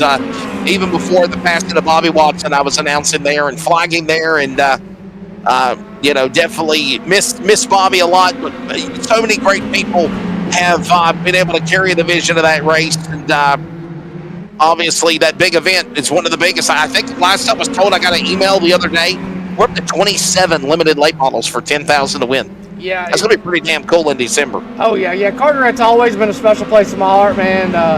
You know, Coastal Plains is my track. It'll always be my track. It's where I got my start in racing at, as far as big cars. Which is now known as New River All-American Speedway. Let everybody know. Yep, it's now known as All. And Anthony Goodyear does a fantastic job with that place. You know, it's from having the cars tour there to the Smart Modified tour to you know, anything and everything there. And Bob Lowry does an amazing job with Carteret County Speedway, and that place always a special place in my heart as well. And you know, Travis Miller kind of got me started in all the racing scene with both tracks, and then it kind of led over to Brenton, and we Travis. Yeah, Travis Miller, the 290,000th time champion at New River All-American Speedway. And a lot of people don't know this, but I was up in the broadcast booth when he won in the mini stocks at Bristol. When Travis Miller won that race and that 99 Smithfield Chicken and Barbecue entry. Yes, sir. Yep, Travis has won a lot of big races, man. He's done a lot for me as a person. But he's done a lot for me as when it comes to racing too. So I've been all over Eastern North Carolina and then some with Travis, and hoping to do it here soon as we're looking to go back home in June or July to see the family and hopefully maybe get a race in. So we'll see. Under 20 to go, 20 laps to go. Jonathan Sessoms in the lead. Lane has ran down the leader. It's one thing to run him down. It's another thing to pass him. He can't clear him yet. Got clean air in front for the 03. The Ford of Systems down into the corner into 1 and 2. Roy, all he can with all his might on the outside lane. Throws the block on Lane, but 18 to go at the line here, Cody. Yeah, he's trying. He's got the 04's got Sidney Sanders all over the back bumper. Here comes Blaine Curry. The top 4, maybe the top 5. You can throw a blanket over him here, Wesley. And Sessoms up in front. It is Lane in second, Sanders back to third, Curry and Sessoms in the top 5. No cautions, might I add, as we close in on 15 to go for this one. The late model stock car Christmas Clash is next here on Elevated TV. Yeah, we want to. Trucker Gaming 94 says, I don't know who's announcing with you, Cody, but he sounds like Michael or Daryl Waltrip. Oh, really? So I guess you can take that as a compliment, maybe. I don't know how you take that. Well, I know both the Waltrip guys, so you know, back in the day, a lot of people don't know the late Bobby Waltrip. I announced when I was young. I announced WKA and karting events with Bobby Waltrip, which was the middle child to Daryl and Michael. Huh. Yeah. Well, we got to get him chat. We got to get Wesley to get us a boogity for the late models. Yeah, there you go. Okay, I'll have to. Boogity. There you go. Got to get the practice in. Yeah, right. 14, I'll make it 13 to go, but Systems leading. I've been called a lot of things, but I have never been told that I sound like a wall trip. That's a first. Thank you, Trucker Gaming 94. Which is actually John Riddle in the 81 machine. There you go, Riddle me this. Where are you on the track? He's in 7th. And we're down to the final 10 laps. And man, you know, Dustin Lane reeled him in there, Wesley. And then I don't know what happened if he got, you know, bumped by the 11 machine and fell back, but it's crazy because Dustin Lane is faster than Jonathan Sessions by a mere much. I mean, he's, you know, not, you know, slow. He's definitely faster every lap than the 03 machine. It's just a matter if he's going to be a Stephen Nasty and run out of laps here. And Jonathan Sessions just got to hit his marks. 40 laps completed, 10 to go. Jonathan Sessions has been a possum in the chat box. He is silent. He's alive. He ain't saying nothing. He knows how this stuff goes. Lane's actually losing ground on Sessions. Believe it or not, Sessions has pulled the loud pedal. He's gone. He's up to a second now over Lane for the lead. Starting to pull away even more, and Lane will get a little bit. Sessions will pull a little bit. But it looks like we're going to have a Stephen Nasty, Caden Honeycutt showdown here. And will Dustin Lane run out of laps? We'll see it. If Stephen Nasty would have had one more lap at the Snowball Derby this afternoon, he could have got around Caden Honeycutt, or at least gave him a fit. Caden Honeycutt, big shout out to my buddy there. He's ran iRacing before, dirt, pavement. We're going to be running full time in the NASCAR Craftsman Truck Series next year with Nice Motorsports. Winning the Derby. Now we're having our version of the Christmas Clash. And right now, Jonathan Sessions is right now on the cusp of trying to win the mini stocks here at the inaugural race here at Virtual Langley. Sessions, Lane, Curry, Sessions, the wife, Victoria, nowhere in sight of the big boy. He's up in front with 5 to go this time by here, Cody. Yeah, Jonathan Sessions is opening the lead up little by little by little, and he is working on it. Jonathan Sessions says, hey, I'm going to be like Kenny Wallace was last night. I need 2 pairs so I can go stomping with my Air Force Ones. Well, whatever that means, we're going to go with it. Here he comes. 4 laps to go. Kenny, hang on. Cody, you've never heard of that song? Yeah, Jordan Belfort's? Or No, it's a song by Nelly. Oh, you talking about the Nelly song, Air Force One? Yeah, I've heard that one. Give me 2 for I need 2 pair. So 3 to go. Jeez Louise, I'm young. I cannot sing, I promise you that. 3 to go here at Langley. Popsicle sticks in the air 2 more times around for the old Jonathan Sessions. Boy, Sessions has got to be excited, boy. Jonathan Sessions, jump in a voice chat and we'll get you for a quick post-race interview here. Oh, that'll be fun as hell. Yeah, jump in. Finally, somebody real to talk to. Sessions in the lead. Here White they come flag. on turn 4, white flag in the air. You know this guy very well. Cody, call the last lap for you, buddy, in the mini stocks race in the Clash. My man out of Washington, North Carolina. He's going to work his way down the back straightaway. He's going to work through 3 and 4. Off of 3 and 4.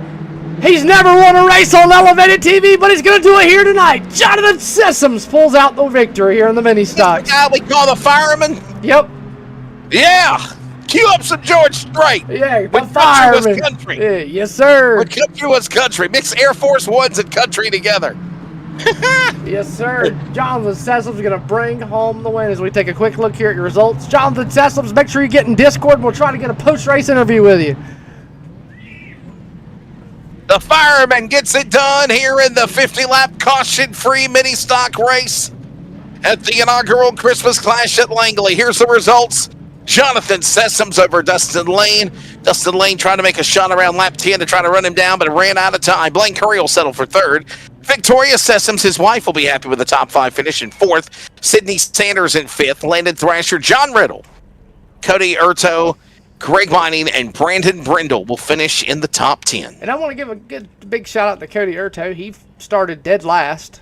And yes, Urto did, yeah. Worked his way up to the top 8 finish. So started at 19th and finished 8th. Can't complain with that. As we round out the last 10 cars, Cody Demers rounds out 11th. Wyatt Marshburn 12th. AJ Sanders 13th. David Hall comes home 14th. And Tyler Dehart 15th. Sarah Billiter 16th. James Kirby 17th. CJ Rayburn comes home 18th. And Dalton Chupp with a very, very disappointing finish here 19th. And long shots, otherwise known as Lee Jones, comes home 20th. And by the way, Cody, I just got an official text from Cody Honeycutt. You're just saying, hey, thanks, man. Thank you. It is official. It is now official. Not unofficial anymore. It is official. The number 21 Cook entry has passed post-race inspection. He is the 57th winner of the Snowball Derby. He now makes the 45th different winner of that race at Five Flags Speedway. Congratulations, Caden. And by the way, I will let everybody know, shameless plug, Cody, Finish Line, my final one, or actually my next to last final show of the year for 2024 on Fox Sports Radio, Carolina affiliates, as well as on the Community Radio Network and more, iHeartRadio. We are going to have on the drivers of Stephen Nasse, the Snowflake 100 winner, and Caden Honeycutt and Ty Majeski, all joining me on Finish Line on Wednesday. There you go. And Wesley, we got the man himself, Jonathan Sessums, in the booth with us. Hey, the fireman! Jonathan! So, Jonathan, I've been told that you win non-broadcasted events on Elevated TV, never live before. That changed tonight, buddy. Congratulations. Thank you. Finally. Finally, Cody. Finally. 50. He let all 50 of them. He can't complain. He started on the pole. Highest was the pole. Lowest was the pole, man. Are you happy or are you excited? I'm lost for words. You lost for words? Yeah, now I need to go out there and do this for the late model portion. Yes, sir. You know what this reminds me of, Cody? You remember last year when we had a AI Martinsville 300? And Carson Quapple actually ended up winning the AI version of the race. We called him on phone that night. He won the damn real race the following day at Martinsville. Yep. It was that was very cool. So yes. Well, congratulations to Jonathan Sessums and So Jonathan, I gotta ask you though, man. Dustin Lane, he was trying to come after you, looking inside, looking outside. What did it take to hold him off, buddy, and get that win? I had to use my whole car. If I didn't take up all the lanes, he would have passed me on the bottom. He would have got me. All right, now, buddy, before we let you go, before you thank your sponsors, Fireman, you got to give us your best Kenny Wallace Air Force One's quote. I need 2 per. I'll be stomping in my Air Force Ones. And that's how he said it last night. I love it. Yeah. Yes, sir. Thank your sponsors, Fireman. Oh, baby. Thank Elevated TV. Everybody that helps out with the O3 machine, man. There you have it. Jonathan, thanks for your time, buddy. I know we've chatted a time or two on text, man, but it's good to finally hear your voice tonight. Congratulations to you. Yes, sir. Thank y'all. All right, buddy. There you go, the Fireman. Jonathan Sessums winning here at the Christmas Clash. The one we've all been waiting for. The 250-lap late model stock car race is on deck next when we come back from virtual Langley on Elevated TV.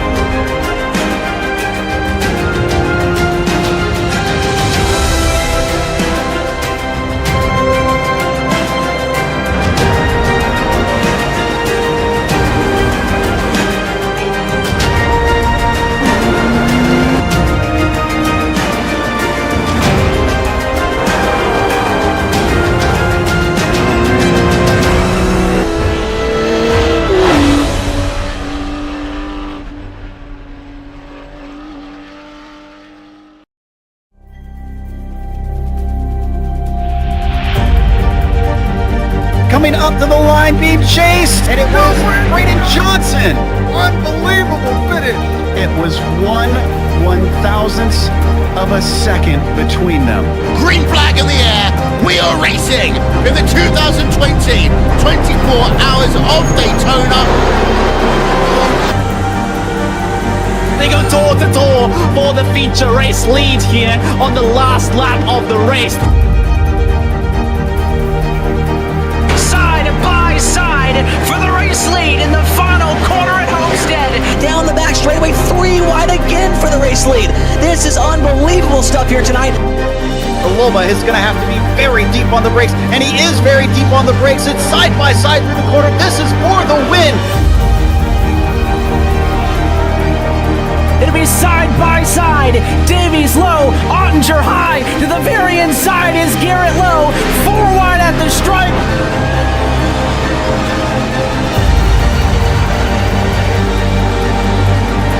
The Audis win here on this outside line. Neck and neck. Who's going to back out? Does anyone back out? Verstappen starts to squeeze on the inside, and now he'll try and straight line it. Goes under the apron. Drag race to the line. It's so close to call.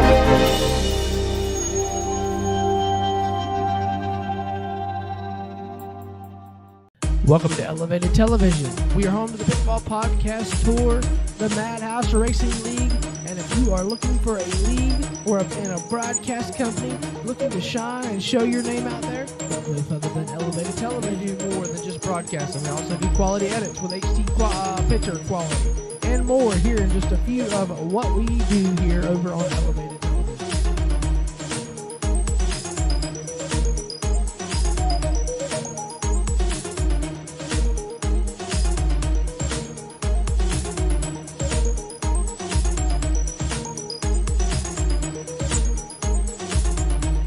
Overlays. We do all forms of racing from late models to NASCAR. So if you're a league owner looking to get your league out there, look no further than Elevated TV.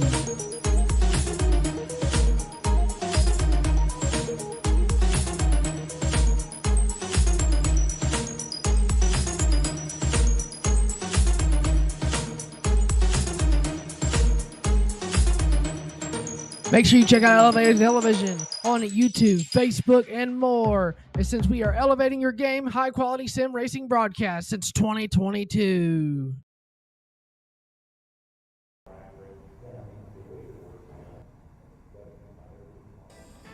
Hey, we welcome you back to the inaugural. That's what first annual is, actually. It's inaugural. Yeah. Inaugural Christmas Clash, iRacing from virtual Langley Speedway. Cody Deemers, I'm Wesley Outland, and again, this is a AI iRacing virtual version of the Christmas Clash that will be next Friday and Saturday at Carteret County Speedway. More details at carteretspeedway.com.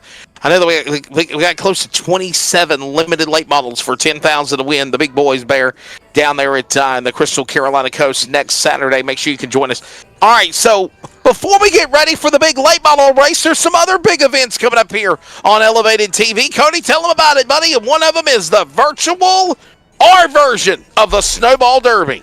Yep. So basically, we're going to be doing the, we're going to be racing the next couple weeks. Now, after this weekend, we got a week off, and then we'll have the virtual Snowball Derby.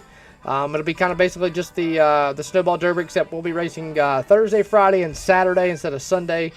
So Wesley can announce the races with us. Thursday night will be the qualifying night, pole night, and then you'll have the 75-lap Modifieds of Mayhem feature on Thursday night. And then Saturday night or Friday night will be the heat races and the LCQs for the Snowflake 100 and the Snowball Derby. And then we'll have the Snowflake 100 on Friday night, and then we'll have 300 laps of super late model action on Saturday afternoon with me and Wesley on the call for Friday and Saturday night. So, and then coming up in January at New Smyrna, we are doing a New Year's bash with the street stocks. They'll also have the mini stocks in that one, and they'll have a legend race for that one. So, and then kind of going to plan a little bit more, a couple more big races to do. So keep kind of in tune. I know didn't you tell me I don't want to unspoil everything, but what about the virtual New Year's Bash? That'll be at New Smyrna. But I know something else you told me too was possibly working on a World Series of racing, kind of like what they do at New Smyrna anyway in February. Yeah, that was something else I was wanting to do. Was a World Series of racing. You know, that to me is the coolest thing that New Smyrna does. You know, you don't ever see New Smyrna do a lot of racing. But the World Series of racing is their big event. That is their sanction event that they do. To, you know, in straight days of racing. I've been down there before working with Flow Racing and Racing America West. At the time, it was Speed 51. So, it's for sure. And then also, we want it's fun. Throw out there, too.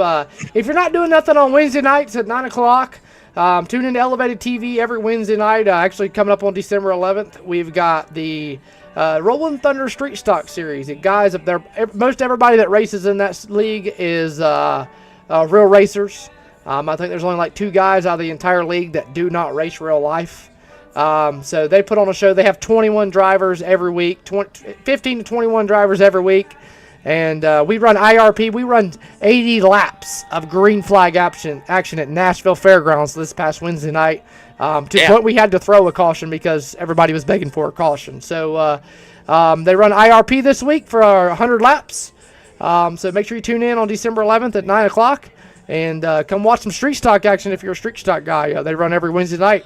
So that's a couple of big events coming up here on Elevated TV. And I'm ready to get these get 250 laps under our belts, Wesley. Going to be a big one right now. We saw an exciting and fun, only 2 caution field street stock race, a caution-free mini stock race that Jonathan Sessoms just won. And now it is time to introduce the starting lineup for the inaugural virtual Christmas Clash here at Langley Speedway. We'll move from the back of the pack. We'll move our way to the front as we wait for the field to get assembled. Cody, can you cue up some music, a little instrumental music in the background to set the tone for our audience? Can we do that? Do you have music? Yeah, give me just a second. All right, I'm going to fill it in. Again, by the way, ladies and gentlemen, go to iRacing, of course, for more information. In addition to that, you can also, by the way, use music that's non-copyrighted so they don't kick you off, I guess, right? So, by the way, also want to remind you as well, you can also go to Elevated TV on YouTube, hit that subscribe, and follow them on Facebook as well for all of that amazing iRacing coverage that we talked about. And again, looking forward to it. Hopefully you can join us. I know I'll be on the broadcast call for a majority of them, right? I just, me and Cody go way back from Coastal Plains in Carteret County and working with each other in real life. And, you know, listen, for people, if I lost my cool in the first race with those clowns in the chat box with Kyler and Nolan, my apologies. I just, you know, like I said, when you call me out, I'm going to call you back out. I'm going to, you know, tell you exactly what I think. So, love me or hate me, I just do the best I can, and I thank God that I do have a career for close to 30 years and friendships along the way too, Cody, like yourself, to be able to work with each other, buddy. So, thank you, ladies and gentlemen.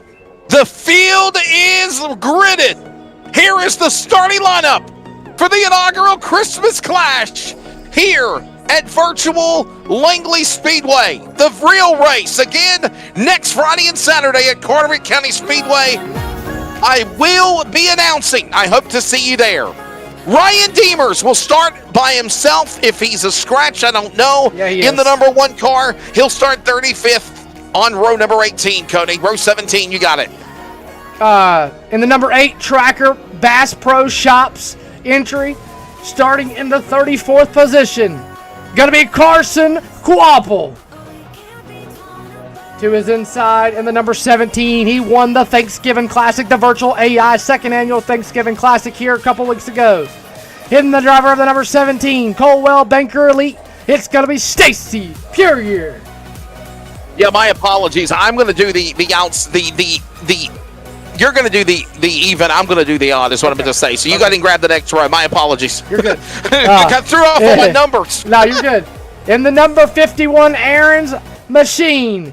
You see him race at Florence Motor Speedway all the time. He's a Myrtle Beach Speedway regular. In the number 51, starting 32nd, it's going to be Matt Cox.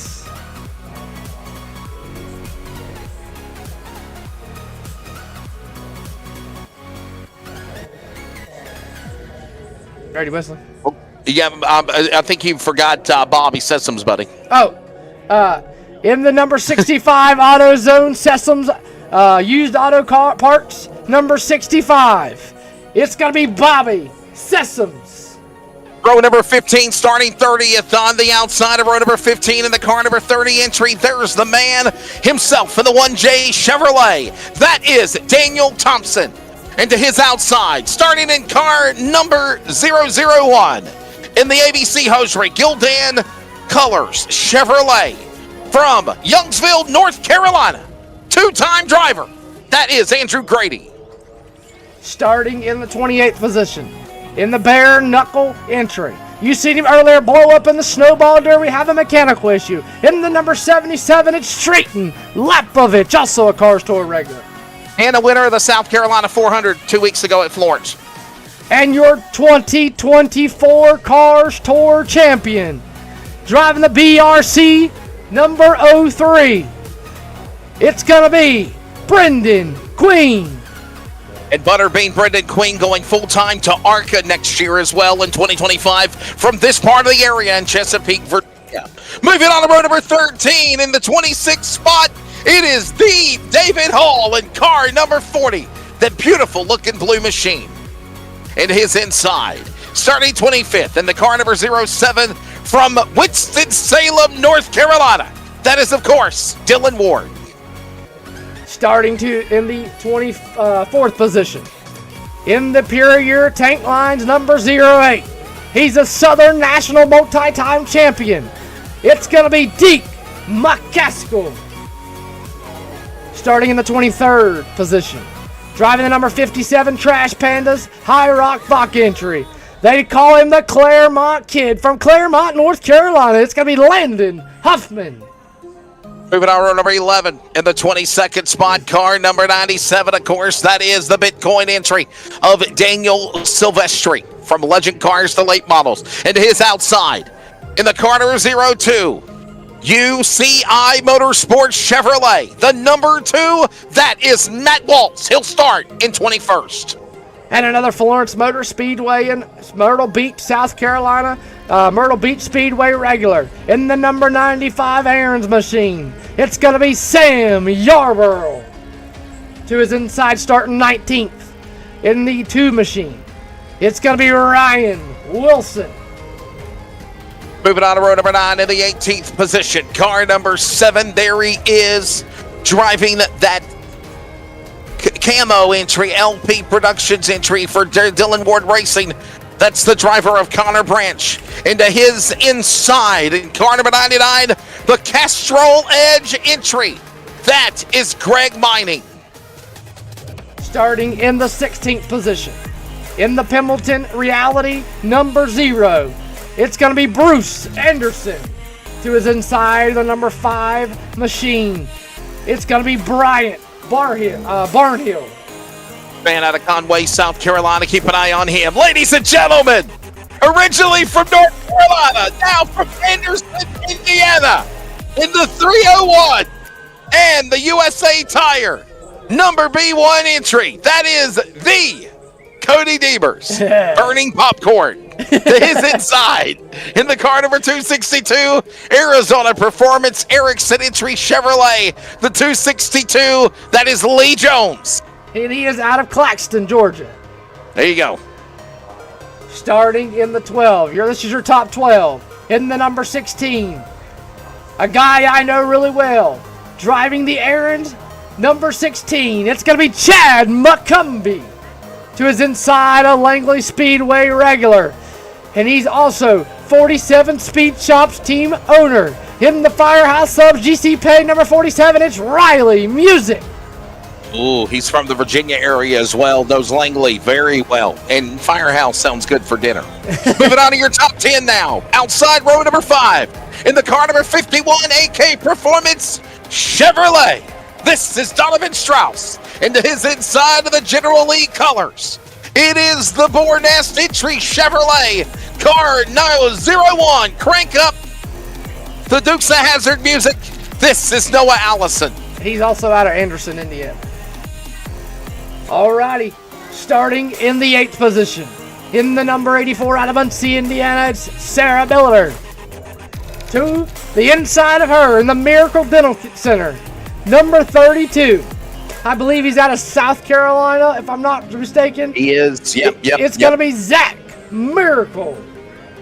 Just out of Greenville, South Carolina, Zach Miracle. Now we move into the number 6 position outside row number 3. Winner of the limited late model race at the Thanksgiving Classic at Southern National last Sunday, actually. In the car number 9 entry. This is Aiden Millette. By the way, he is on the entry list to run at the Christmas Clash next Saturday as well. And his inside, car number 11. This man will start in the 5th position. He won in the mini stocks. How about it for the fireman in the Flamin' 11? Pure Year Tank Lines entry, Chevrolet. That is Jonathan Sessoms. And here we are till your top 4 cars. The best of the best. In the number 23, Pure Year Tank Lines entry, he's out of North Carolina, it's Cade Brown. To his inside, starting 3rd in the number 3 machine, the Sundrop entry. I believe he's out of North Carolina. Annapolis, North Carolina. It's Dale Earnhardt Jr. And you got to brag about him, right? Sundrop car number 3, 2-time Daytona 500 champion of the NASCAR Hall of Fame. Loves his credentials of also being a car owner with the Car Store and Junior Motorsports. And here's your front row. Ha! How about this one? In the Rockford Coon Trucking Fusion Setup Shops Rush Creek entry, Chevrolet, the number 15 machine. This is the wife of Jonathan, Victoria Sessoms. And how about this one? On the pole, you can't make this up. Racing full-time for East Motorsports next year in the NASCAR Craftsman Truck Series. The first-time driver earlier this afternoon to win the 57th Annual Snowball Derby from Aledo, Texas. And the reigning, defending Z-Max Cars Tour Pro Late Model Champion in the Chevrolet Caswell Sales and Security Fayetteville Motorsports number 10. From Aledo, Texas, just outside of Woodlands, it is Caden Honeycutt. There's the starting lineup for the inaugural Christmas Clash here at Langley Speedway. And the drivers are ready to go. The field will be rolling in a moment. We're gridding. And it's going to be 250 laps. 250 laps. There's the command to fire the engines. The engines come to speed if they weren't already, or they come to life if they weren't already. All right, it's go time. It's time to go here at Langley, Cody. Oh, yeah, there you see the field rolling off through turn number 134, car strong, Wesley. We seen a 175-lap street stock race. We seen a 50-lap mini stock race. It's time for the big one, the 250-lap main event. The field comes back to the green, the start-finish line. It'll be 1 to go, Wesley. You mentioned again this racetrack. It's 3/10 of a mile, 0.395 miles, 6 degrees in the corners, 4 degrees on the straightaway. One of the flattest racetracks in America for racing.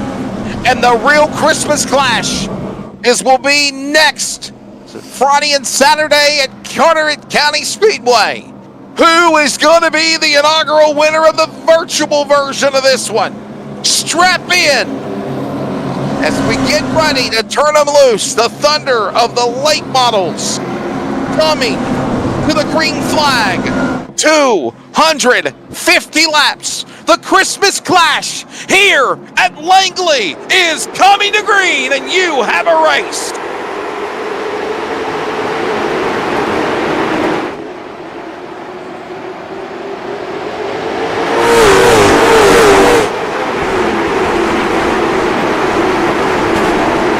Gotta love the rumble of those cars coming to speed. And we're underway for this one. Caden Honeycutt leading the opening laps. Lap 1 will go to Honeycutt. Victoria Sessoms to the second. There's Dale Earnhardt Jr. already falling back maybe to third. Here comes down the 11. This is Jonathan Sessoms on the inside.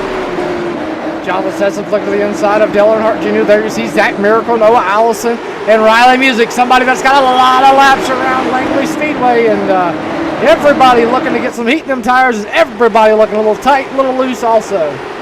So they're going to go for, again, 250 laps. There is one fast repair per car, one set of tires. Mandatory caution at halfway on lap 125. And if I remember correctly, caution laps do not count either, right, Cody? No, do not count either. So we're 3 wide, Wesley. So go. Oh, Dale Jr. in trouble in the wall in 2. Somehow got it arced back forward. It will stay green in the 3. Oh my goodness, everybody everywhere, all over the place. As we work back down into turn number 1 and 2. Whatever happened there, though, Dale Earnhardt Jr. did fall back into the top 15 midway through the pack. As there goes everyone else shuffling. Here comes Waltz on the inside, battling the 2. The battle of the 2s, if you will, on the racetrack. That's Waltz, Anderson, Millette, all going at it there. There you see Butterbean, Brendan Queen. Brendan Queen now alongside with the 23 car. That's the gun up on the racetrack along with Kate Brown, Brendan Queen, Andrew Grady, all in this mix again as they go into 2. Here comes Grady, Bobby Sessoms, Dylan Ward. And you got Deke McCaskill right there. A lot of cars, everybody trying to get situated. No, you got to fight and be aggressive to get to the front. And here comes Kate Brown looking to the inside of Butterbean McQueen there. They work up off of 2, down the back straightaway, working back into 3. Hayden Honeycutt, winner of the Snowball Derby earlier this afternoon at 5 Flags, and he's leading the way right now in the late model portion of the Christmas Clash. $10,000 to win at Carteret County next Saturday as well, as right now Honeycutt in the leads. That's Victoria Sessoms and Jonathan Sessoms. Mr. and Mrs. Fireman in 2nd and 3rd, Cody. Yeah, you can't make it up. When we were sitting here on the commercial break, and I thought about it and seeing Honeycutt out front, man, I was like, you can't make it up. You really can't win. It starts on the 2nd outside row of the Snowball Derby, dominates, comes here in the virtual Christmas Clash and qualifies on the pole, and he's out front driving away, and him and Victoria Sessoms are right there. But look, Wesley. And of course is the battle for the lead. Victoria Sessoms trying to run down Caden Honeycutt. Oh my 3 goodness. wide in front of the leaders. Holy camole, we're already working lap traffic, and they are in panic mode. Mining, Jones and Strauss right there, bonsaiing, ping-ponging off of one another, if you will, trying to find a way to ricochet. Honeycutt to the inside. He'll make his move on Strauss now. I bet you he's looking out front being like, oh my goodness, what in the world is going on here? And Sessoms is right there behind him. One wrong slip. There's a high move up the track. Lee Boy, Jones. Strauss almost got into Jones. Jones falls back to last now. In less than 15 laps of this race, we've already got 2 cars a lap down and even more. Honeycutt's going after Yarborough in turn 3. Here comes Victoria Sessoms to the inside. Battle for your race lead as they work back down into 1. Victoria Sessoms there. Here comes Honeycutt. Whoa! Honeycutt way high off turn 2. Opens the door to Victoria Sessoms. And she's now the new leader here in the Christmas Clash in the early going. Her husband won the mini stock portion. She's looking to win the late model portion. Here as we're working 20 at 250. Still a long ways to go. Got a halfway caution at lap 125. And still anybody's race. And Wesley, you got to begin to wonder, are we going to see pit stops in this one? Yeah, there certainly is a long way to go in this race, no doubt. Will we see a pit stop? That's the question. Because let's emphasize, Cody, you do not have to pit on lap 125. No. There's a set of tires for your choosing. We saw the mini stock guys push it to the limit and did not pit. And use their tires to the core, if you will, to win that race earlier tonight. Yep, the street stocks run 175 laps, nobody pitted. I mean, the mini stocks, they didn't have any tires, so they didn't have any choice in a 50-lap race. I mean, you got to begin to wonder, are we going to see even pit stops tonight?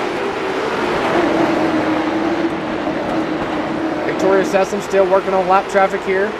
And it looks like Jonathan Sessom has also gotten around Honeycutt.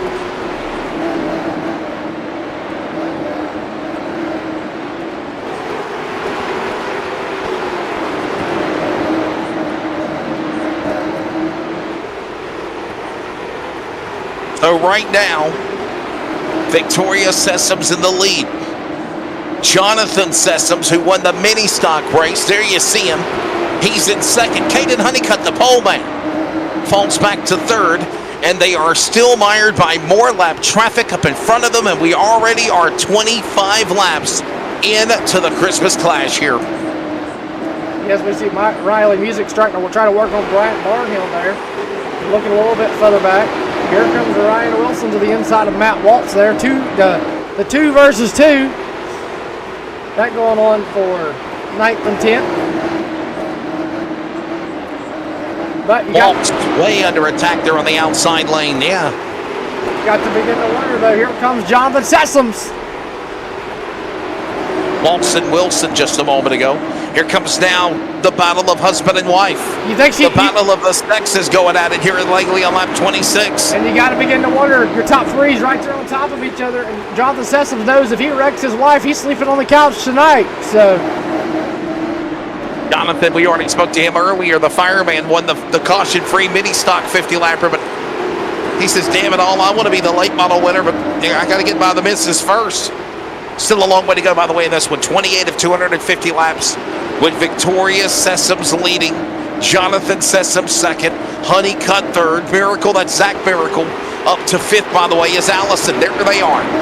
Battling, but Chad McCumbee on the inside from Mullins, South Carolina in the Aaron's car. Here comes Miracle looking at the inside of Honeycutt. Whoa, Honeycutt way up the racetrack there. Not too sure if he just lost the handle on that race car. He's going to tuck back in line.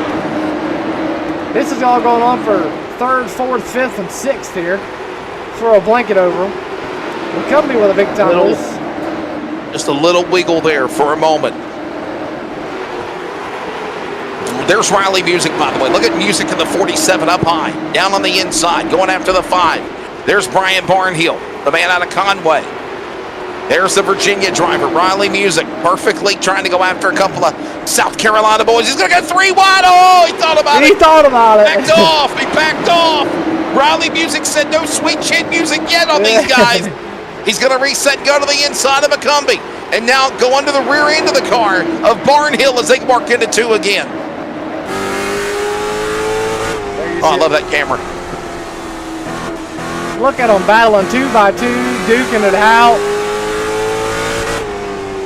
To say we got instant replays, but we really haven't had to use them tonight, right? I mean, yeah. You know, been kind of caution free. We showed replays whenever the accident happened with the street stock accident. That was it. Working lap number 35, by the way, for the lead. Battle for the lead. As now the fireman. That's my name. Gets around the wife. Sessoms and Sessoms. Sessoms, Honeycutt. Sounds like a law firm. And now Victoria Sessoms battles back and goes to the lead as Jonathan got mired with lap traffic with the machine of the 51 of Strauss and Yarborough in front of him. Victoria Sessoms and Jonathan Sessoms are putting on a show here tonight. Jonathan trying to get lap traffic out of the way. Only 2 cars still a lap down here. Donovan Strauss and Sam Yarborough, the 51 there and the 95, and Jonathan Sessoms they're not making it easy for him. Said clear a path and has not done it just yet. They worked their way back across the line. 37. 39 of a 250 lap race right now on the board. There you see them. Top 3, Victoria Sessoms, Jonathan Sessoms, Caden Honeycutt, Zach Miracle, Noah Allison. And that's the way they stand right now, working off of turn 4. December 19th through the 21st, it is Elevated TV's coverage of the virtual Snowball Derby from the Five Flags Speedway. Make sure you join us for all of the preliminaries, the Modifieds of Mayhem on Thursday, qualifying night. Qualifying for the Snowflake and the last chance races for the Snowflake and the Derby. And on the same night, the Snowflake 100 on Friday night, December the 20th. And then Saturday afternoon, December 21st, 300 laps. The virtual Snowball Derby. We make sure that you make your plans. You can join us. It will be live on Elevated TV. And Cody, when I don't have my real broadcast schedule, thank you, Nolan and Kyler. I really do. You know that. I'll be able to join you in the booth when I can, my friend. Yes, sir. Yes, sir. And when the real race season starts, we kind of tune down here a lot with Elevated TV just because it's real life racing. We're busy racing real life, and oh my goodness, Landon Huffman almost gets in the Lapovich there, and so we'll still kind of do the AI stuff on our off weekends, but we try to do these big races and big races only, and then once next year ends, we're already planning on it, getting the 2025. Whoa! Oh man! Cody Deemers, stop talking! You're gonna crash!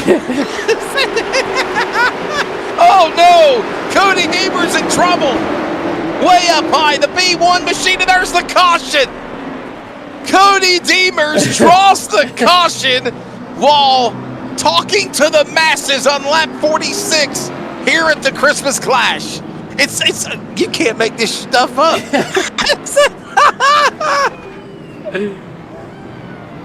Oh my goodness. Let's go back and see what happened here. And we were just talking about it. You can't drive. You can't multitask. You were talking about something and then you hit the wall. Let's just look at. Oh my goodness.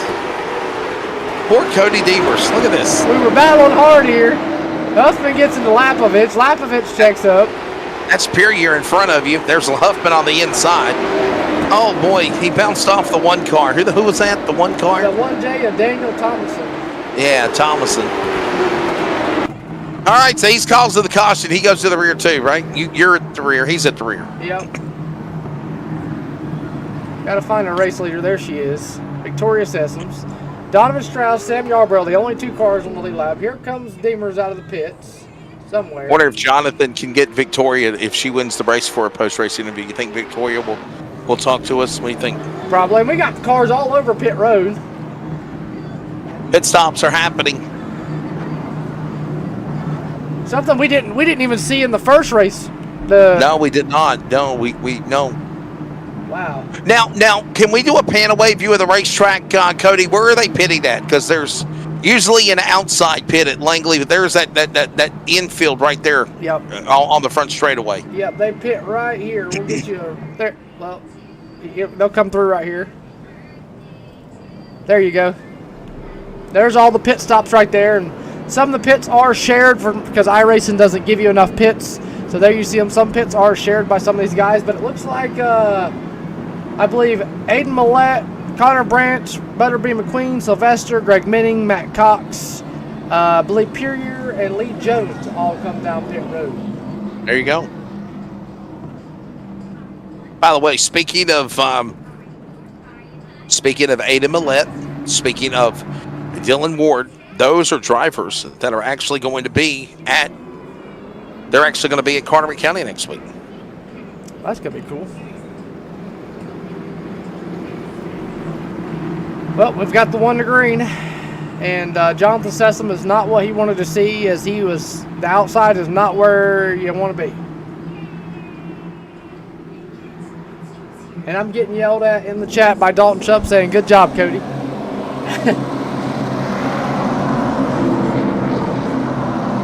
Here we go. Let's do it again. Back to green. And remember the old cliche, cautions breed cautions. Will we see that, or will we be able to get back another good green flag run? And by the way, we're under 100, well, what is it? Lap 125 will be so we're about over 75 laps away from that happening. as the mandatory caution will come out at halfway. Now remember, you don't have to pit. We saw in the 175-lap street stock race that the drivers did not pit. They kept racing. They raced to the end. Yeah, and we seen there on the restart too that Caden Honeycutt did not get a good restart. So that opened a big gap up for Jonathan Sessoms to be able to tuck in behind Victoria Sessoms and not lose any positions, Wesley.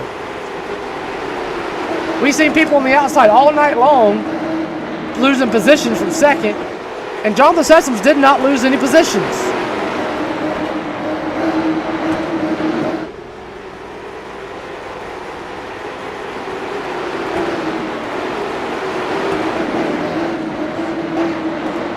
Victoria Sessoms up in front. Jonathan Sessoms, Caden Honeycutt, it's been that top three. That's the way it's been for a while. Allison and Miracle, top five.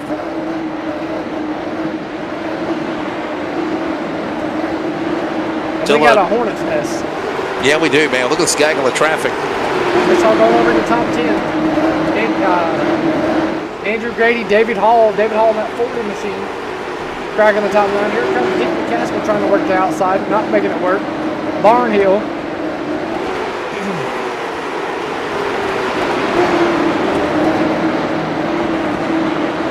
Now we're under 200 laps to go. Remember, lap 125, again, the caution. Optional to take tires. They do have a set of tires. They do have one fast repair. Cody, have you used your fast repair already? Let's see. Nope. Have not used it. We're good. We're digging. Cody Damer's back up to 27th, by the way. Working our way back to the front. The number 11 of Jonathan Sessoms. The 10 of Honeycutt. Allison, there, your top second, third, and fourth. Sessoms, Honeycutt, Allison, Miracle, Waltz, Brown, Bobby, David, which I think is David Hall, followed by Grady, your top 10. That's the way they stand right now. Another comfortable green flag run. You single file. Yeah, everybody basically single file until you get about where I'm at.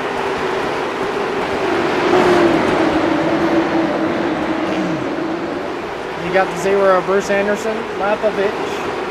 That break for that kid earlier, Wesley, having a mechanical issue in the snowball derby.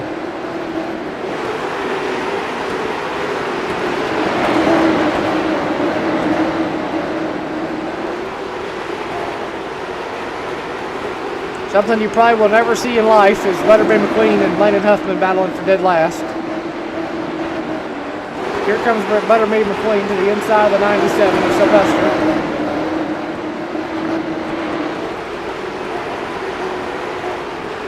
And right now, just a quiet run around the racetrack for everybody. Just riding and driving, if you will. And this makes the race go by very quicker. As obviously, you know, already 60 laps into it.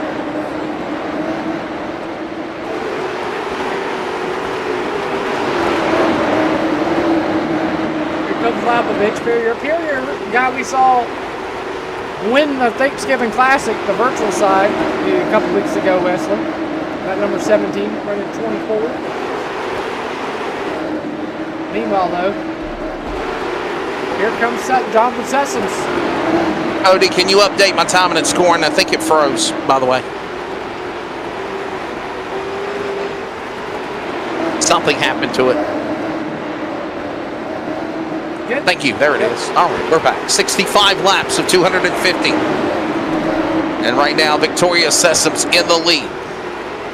Jonathan Sessoms, Caden Honeycutt, Noah Allison, Zach Miracle. No change in the top 5. It seems like it's been that way.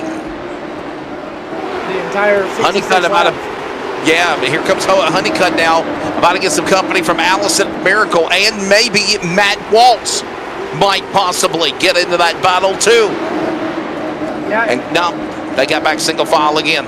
and it kind of gets me because Jonathan Sessoms will get an edge on Victoria, and then it's like she just drives back away from him. So, I mean, I'm not sure if she's playing with him or if she's just, he can get a good run, or she makes mistakes and get a good run, and then now she's opening it back up to a second lead.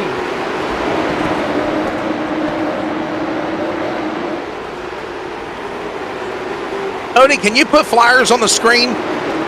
Or like if I send you something, can you put flyers on it? Yeah. So there it is. If you want to put that up there whenever you get a chance after a caution or something, we can do that. Okay. Check your Facebook, by the way. Sessom still in the lead. Sessom's the husband, the fireman winning. Mr. and Mrs. Fireman. Mrs. up in front right now. Allison starting to now get around Honeycutt. Honeycutt at free falling, if you will. That's now Kaden Honeycutt back to 5th. Allison and Miracle get around them. Now we're starting to see the shuffle in the top 5 on lap number 70, Cody. Yeah, everybody's starting to work. And Victoria Sessoms, man, she just, I don't know, she's kind of full of me here too, because like she'll drive away from Jonathan, and then it's like he gets right back to her, and then she drives right back away from him. Like I'm very, very thrown off here. I mean, Caden Honeycutt following back there as well. Miracle's gotten around him, and Matt Walt's under attack from Cade Brown.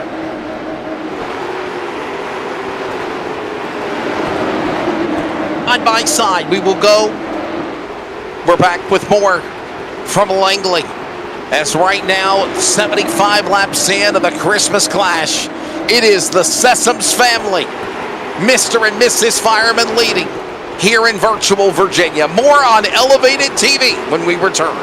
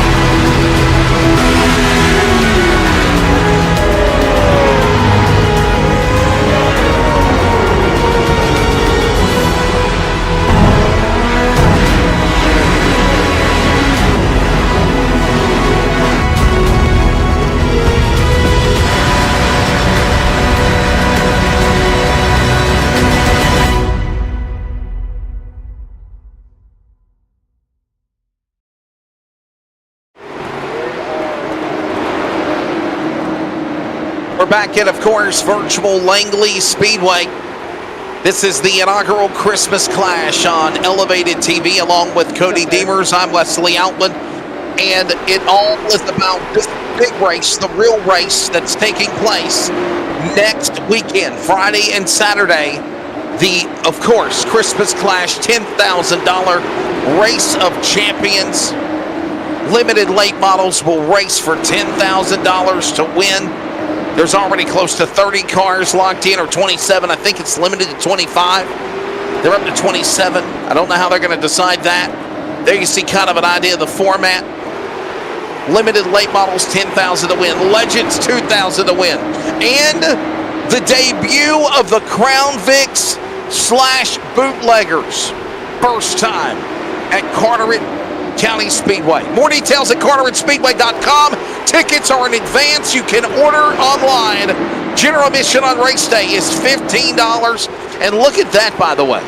The VIP Skybox, which includes a pit pass, is only $50. Camping and trackside also available. I know that track. Cody, you know that track. It's a special event.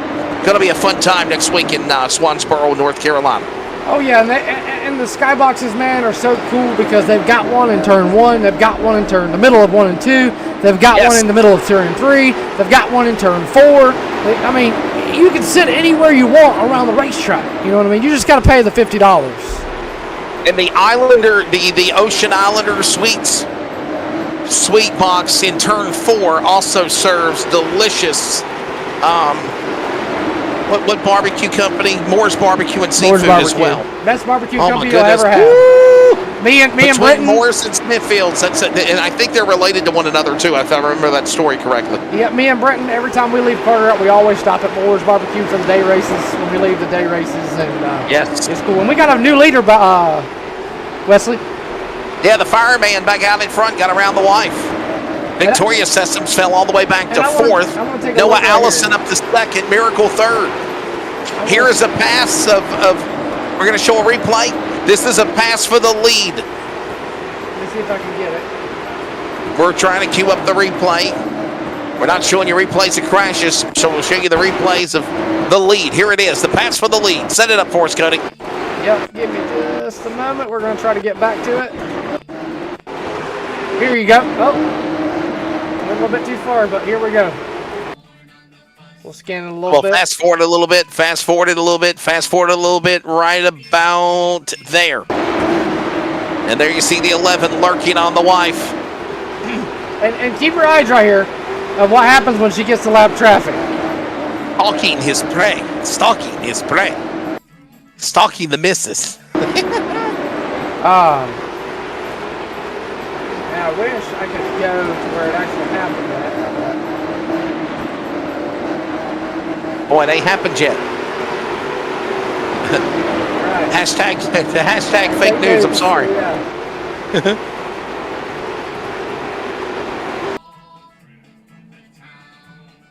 Well, you got way ahead, didn't you? Yeah, big time. Right here. Here it is, right there. We'll go a little bit further. Now watch right here what happens with the 97 and the 15. That's Silvestri. Silvestri up high. The 17 up in the mix as well.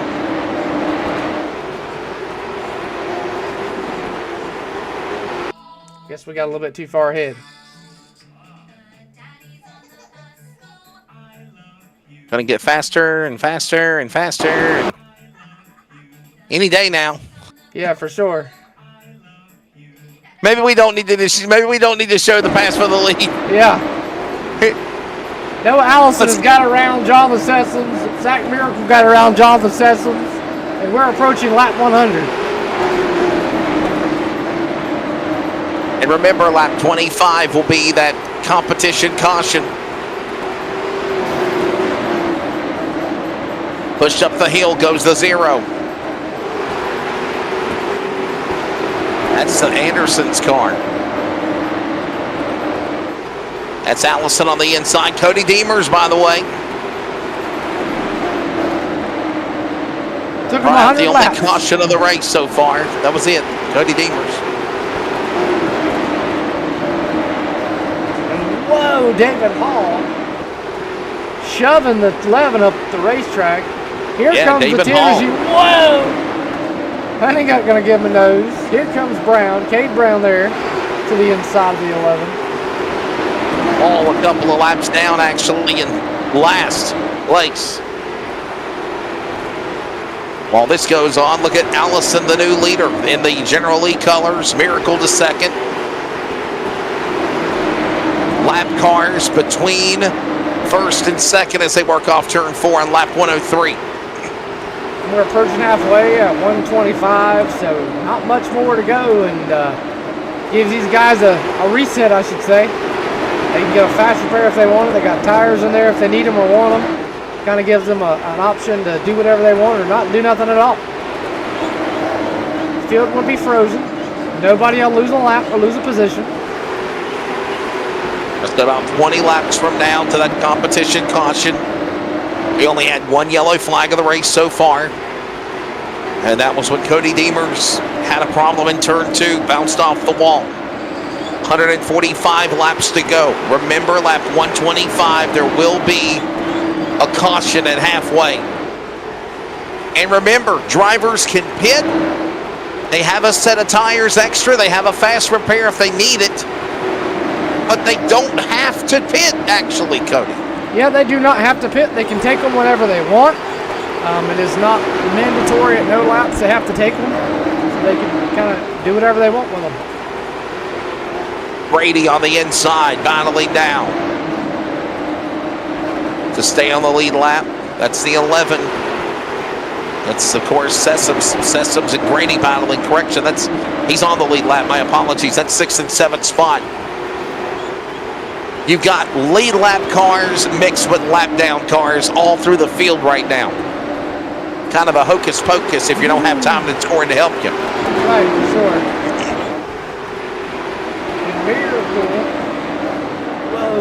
Miracle. Just trying to power his way through the field. Pete McCaskill, Victoria says in battling it. That is for position the 9th and 10th. Then right behind them you got Barnhill, Aiden Millette, Earnhardt, Minnings, Wilson. This all going on for 14th, 15th, 16th, and 17th. Remember, Dale Jr. started this race in 3rd, got mired by fighting for position with the leaders and fell all the way back to the mid-pack.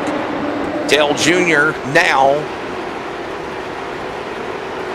I believe, still locked in 17th on the racetrack, still on the lead lap. Yarborough getting company from the 95, that's Pye. The 10 is Honeycutt. Waltz clearing by him. Honeycutt, Matt Waltz, Gate Brown, 3rd, 4th, and 5th right there. Right behind them, we got a big mess of traffic. This big gaggle of traffic, I am surprised that it has not drawn the caution. Yeah, so we're closing in on 10 laps to go till the competition caution at halfway. And the 84, the 08, and the 15 are battling the 8th, 9th, and 10th on top of it. And you got everybody else is kind of a lap down car in the all by. It's McCaskill trying to get around Deemers. Sessom's in the mix, so is the 51. That's Strauss, by the way, a lap down. You got Riley Music and Bobby Sessoms, Bryant Barnhill battling for 11, 12, and 13. And they're battling with lap cars, as we mentioned, right there on lap 116 of 100 and to lap 125 to halfway. And now we got Cody Deemers coming down pit road. Cody Deemers already a lap down. He now goes behind the wall. Could he possibly be out of this race, or is he trying to go for an undercut? But being a lap down already, multiple laps down for the V1. There's the leader, Noah Allison, leading the way. Zach Miracle in 2nd. There he is lurking. Honeycutt right there in 3rd. Mired back by some lap machines. Matt Waltz back there in the 4th. And Jonathan Sessoms, who led earlier, the fireman, now in the top 5, starting on the outside of the front row. He's now in 5th. 5 laps remaining to the halfway break.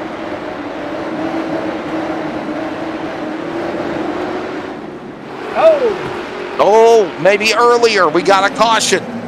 Caution laps do not count. We got a yellow flag. Let's see what happened with the 1J of Daniel Thompson. Daniel Thompson putting us under the 2nd caution here as he had some help. The 7 into the 1. Looks like that might have been a little bit of... That's Branch, isn't it? Branch and Thompson getting together.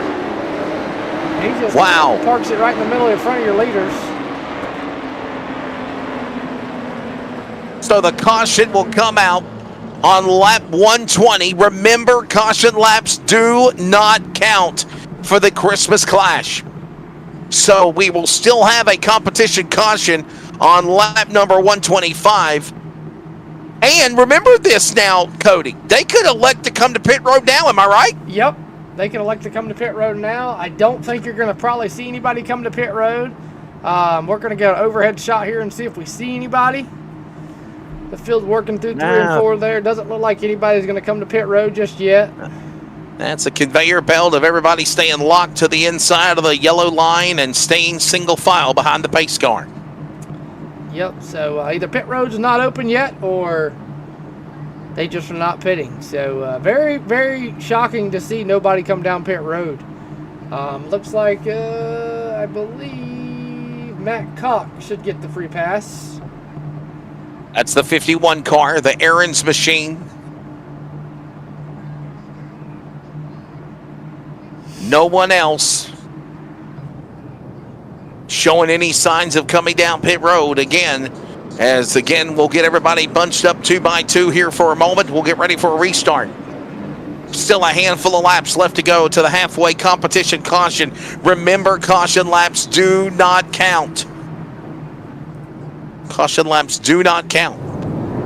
Next big event on Elevated TV besides the Wednesday Street Stock Series will be the virtual Snowball Derby. Coverage on the 19th, the 20th, and the 21st of December. Modifieds of Mayhem, the Snowflake, the Snowball Derby, the qualifying, the last chance race, and then obviously the big shows on Friday, December 20th, and Saturday afternoon, December 21st. Field's still getting a line. Race control's going to give them another lap to kind of get themselves the back of the half out of the field situated. A bunch of them guys still not in line where they need to be. Dylan Hart Jr. in the middle of everybody. I'm not too sure what's going on with that. Oh, and by the way, they will be racing at the real Five Flag Speedway virtually. Yes, they will be at the real Five Flag Speedway. Because this is a Christmas Clash, and it's supposed to mimic what's going to be at Carteret County Speedway next Friday and Saturday. If you want to put the flyer up real quickly again. Yep. The next. There we go. There you see next it. weekend, there you see it. The details. Late models, 10,000 to win. Limited late models at that, by the way. Legend cars for 2,000 to win, and then of course the debut of the Crown Vics bootleggers, first time ever at Carteret County Speedway. And that, of course, this track is not on iRacing. The closest facility that mimics Carteret County Speedway is the 3/10th mile of Larry King Law's Langley Speedway. Big shout out to Chuck Hall and Bill Mullis, Brian White, my buddies over there in Virginia at Langley. I've announced at this racetrack many times over the years, Cody. You know that. Yep. Beautiful facility, beautiful track in the Tidewater region of the Commonwealth of Virginia. We're coming back to green. 5 laps before the competition caution. And halfway, and Dale Jr. with a problem. He didn't go, and it bunches everybody behind them. And he ain't got up to speed yet. Dale Jr. with an issue in the 3 car.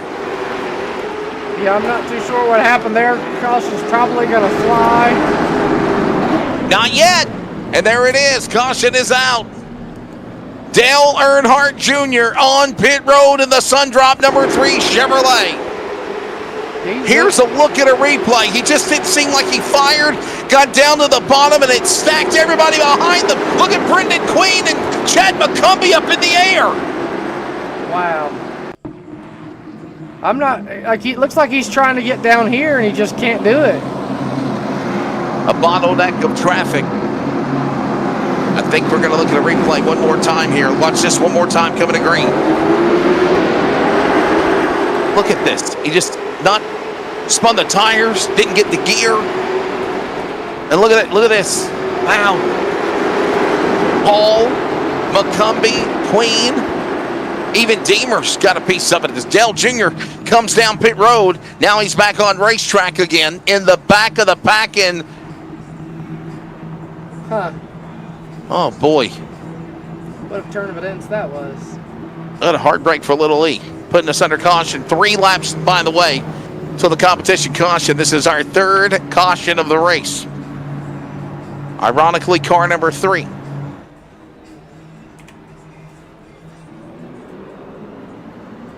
So the field is getting the 1 to go indication. We're getting backed up stack 2 by 2 again.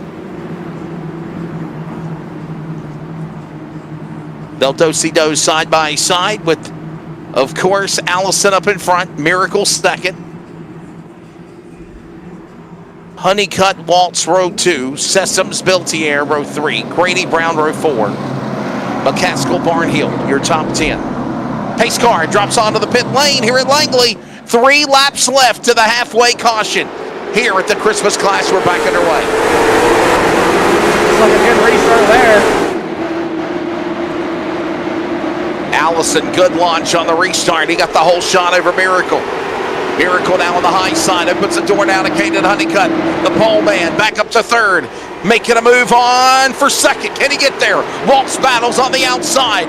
And they're closing in on halfway here at Langley, Cody. Yep. Here comes John Sessoms. He's working his way back up into the top 4, top 5, looking to get to the inside of Honeycutt. He's up to 4. Oh, he's going to door halfway. Honeycutt. Honeycutt pushed up high. They'll be coming to the caution this time by. Halfway, officially, competition caution awaits. Here at lap 125, and there it is. So the field is frozen at time of caution. The question is, who comes down pit road for 4 new Freshleys, if you will, Cody? Oh yeah, for sure. I'm kind of curious to see if anybody's going to come down. Looks like Brendan Queen. Not too sure what's going on with him.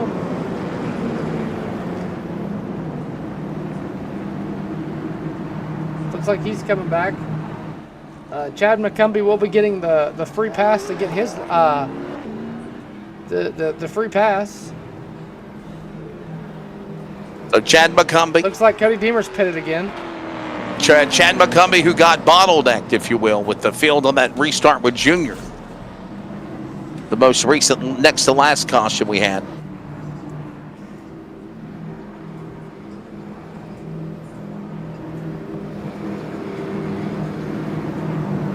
Single file on pit road. Anybody, any takers? None of the front runners are coming in, Cody. They're all playing possum here. Yep, nobody, doesn't look like anybody wants to come down pit road. And that's shocking to see, believe it or not. I mean, very shocking. Not to see anybody on pit road. Yeah. As we take a look there, nobody coming down pit road. Not a soul.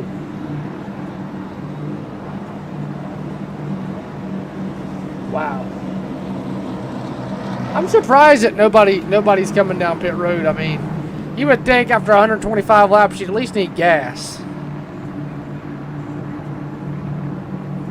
I think by the 250 mark, we should see somebody come down pit road. I mean, I don't know. You never know.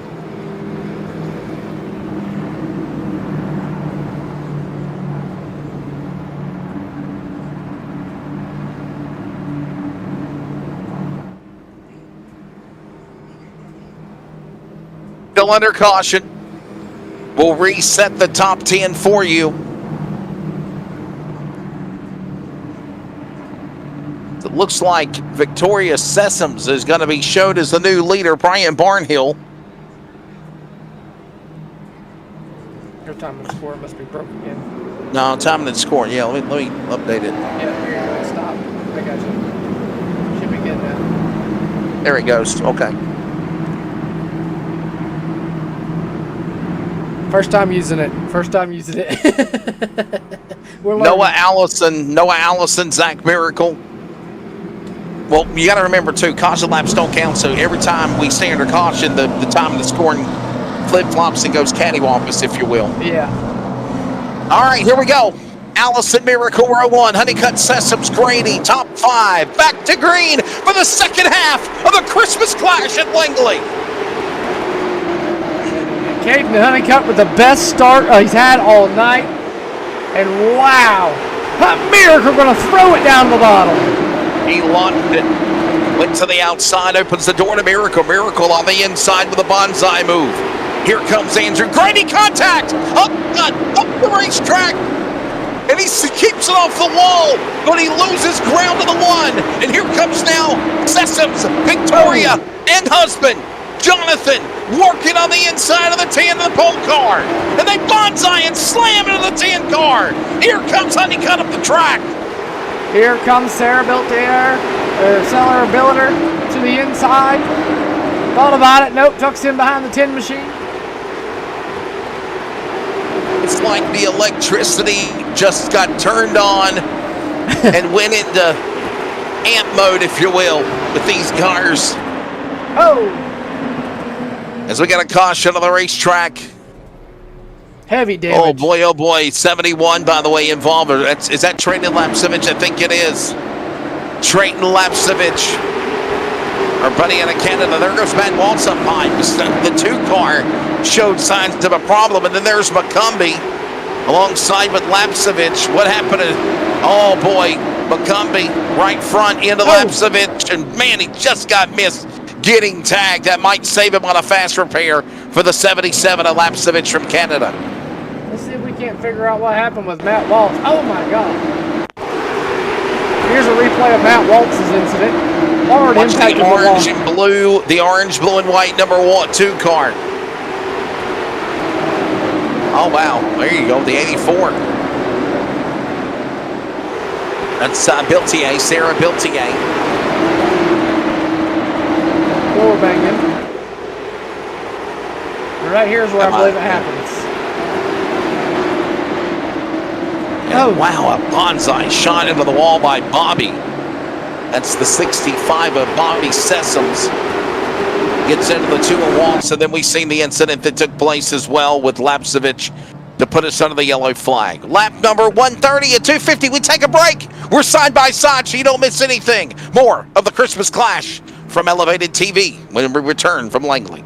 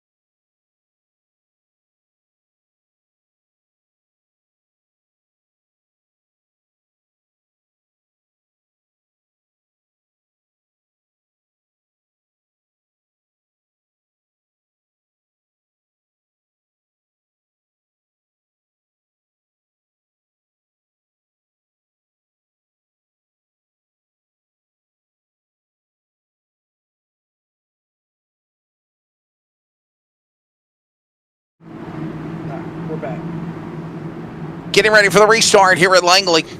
Back to lap number 130 when we come back to green. Cody Devers, I'm Wesley Outland. Noah Allison up in front. Zach Miracle on the front row.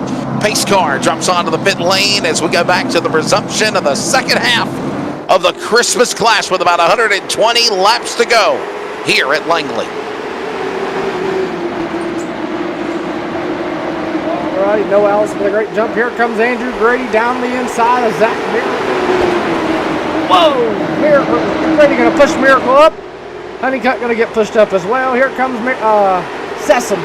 Victoria Sessoms bringing Jonathan Sessoms with him.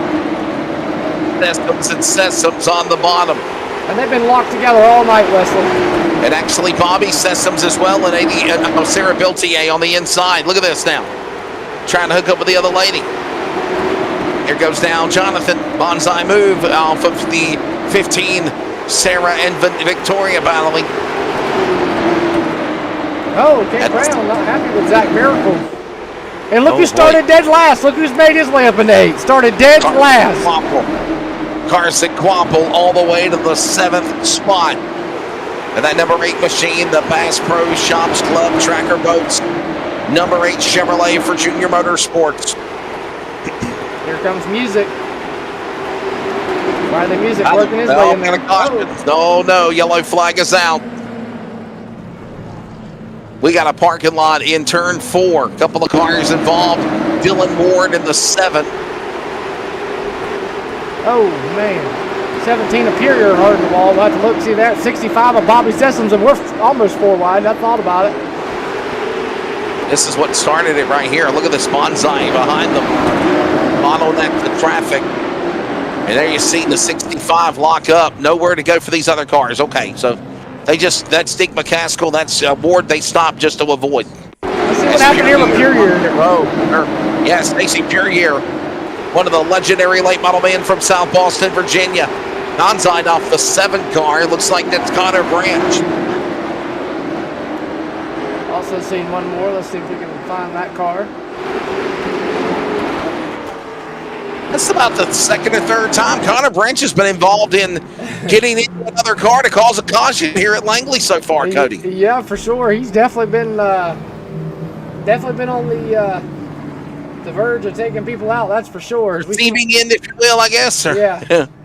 We see Dick McCaskill on pit road.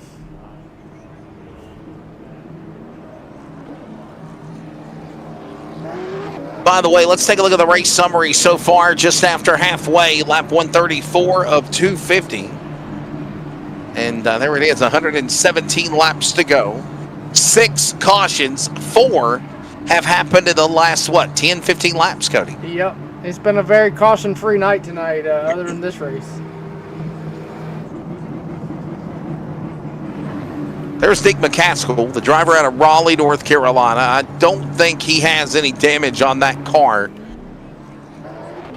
because he just kind of stopped to avoid. So did the other car of Ward as well. Stacey Superior hard in the outside wall. I'm sure he took his fast repair. Remember, they have a set of tires. They have 1 fast repair. They are eligible to use. He definitely did use his fast repair. The famed number 17 Caldwell Banker Elite entry from South Boston, Virginia.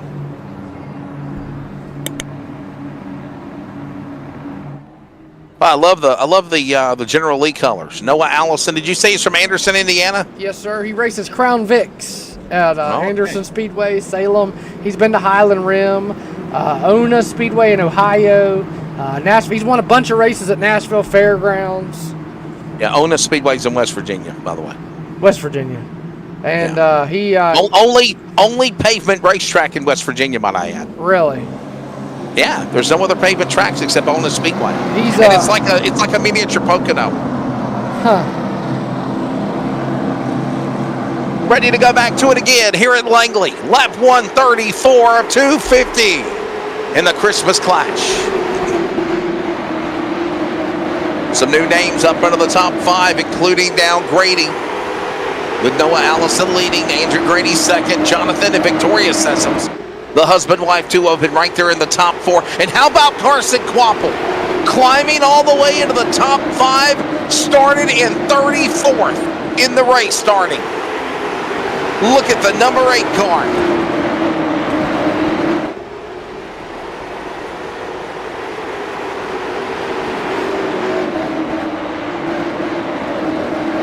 Jonathan Sessoms up to second there, 15 of Victoria Sessoms.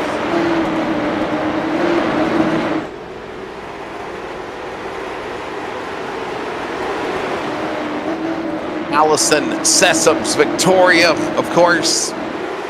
Jonathan and Victoria Sessoms are second and third. Carson Quapple back to 4th. Andrew Grady was up in the top 2 earlier. He fell back to 5th. And look at this now going on behind him with Wilson and Miracle side by side going back into the corner. Yeah, Miracle, Landon Huffman, Daniel Sylvester, all right there, side by side, the 57. Landon Huffman on the Trash Pandas, High Rock injured. Miracle gonna, almost gets in the 2 machine. Oh, little tap there. And Wesley, didn't Sylvester at 97, wasn't he going laps down earlier on in the race? And he's made his way up in the top 10, and we got a caution.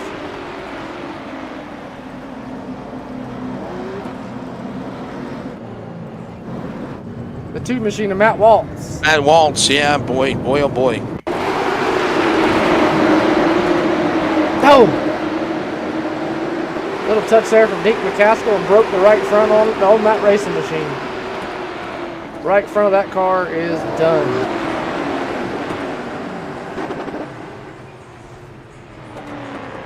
Tough to break for him.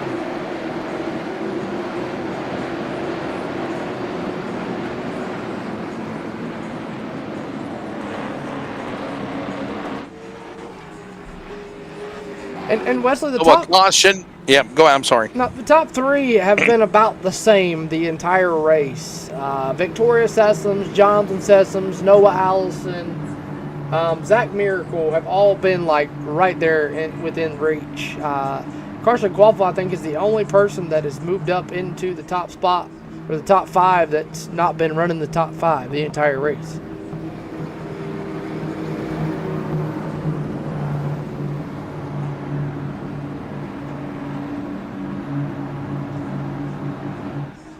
So Noah Allison continuing to be the momentum man here in the second half as we are approaching the final 100 laps of this race. Allison, Jonathan Sessoms, Victoria Sessoms, Carson Quappel, Andrew Grady, Zach Miracle, Landon Huffman, by the way. Also Ryan Wilson, Aiden Millette, Greg Mining, top 10. Silvestri, Biltier, Jones, Branch, Barnhill, top 15. Pure Year, Brown, Music, Sessoms, McCaskill, top 20. That's the way it stands right now. Then it's, of course, going to be Earnhardt Jr., Honeycutt, Poleman back to 22nd. Still in the lead lap, and Dylan Ward as well. Then, from there on, it's going to be a lap down. Bruce Anderson, McCumbee, Queen, Cox, Strauss, Waltz, Hall, top 30. Yarborough, Thompson, Demers, and Lapsevich, the only man that's out. As we go back to green here at Langley at the Christmas Clash. Now Allison with another great start there. Can Jonathan Sessoms get down in time? Yeah, Victoria Sessoms not going to let him down. Hope he can get it done. Here he comes. Grady looking there. Here comes Huffman to the outside. Big opportunity. Look at how Quappel door slams into the Sessoms car. Sessoms 3 wide, bouncing to avoid Silvestri and Mining up on the high side. The 11 up high. The mini stock winner of the Christmas Clash, who has been up in front most of the way, now free falls like the lyrics to a Tom Petty song, to the top 10 and more back. Wow, big time losing there on that one. We look up here, Greg Mining and Sarah Billiter and Daniel Sylvester all battle out. Meanwhile, out front, Noah Allison, Victoria Sessoms, and we got another caution. Cautions, Breed. Cautions, Leslie. We always say that, and it's the truth, as there's Strauss around in 51. So another caution out here. I believe it's Strauss in the 51 car. Watch this. Cody Demers and Hall in front of him. Brendan Queen on his outside. So is Honeycutt. Boy, what might have been for the 10, right? Caden Honeycutt. There goes Strauss on pit road. Did we miss it? Did we miss something here? Yeah, I was wondering. Still looking, they're still under power. Did he come back on the racetrack and get hit? There it is. Nick McCaskill out of nowhere. A shot hard into the outside wall off 4. That's what happened. Watch it again right now in real time. Watch the upper right of your monitor. Oh. Boy. What a lick. On board with Deke McCaskill. Probably the hardest hit we've seen in the Clash so far.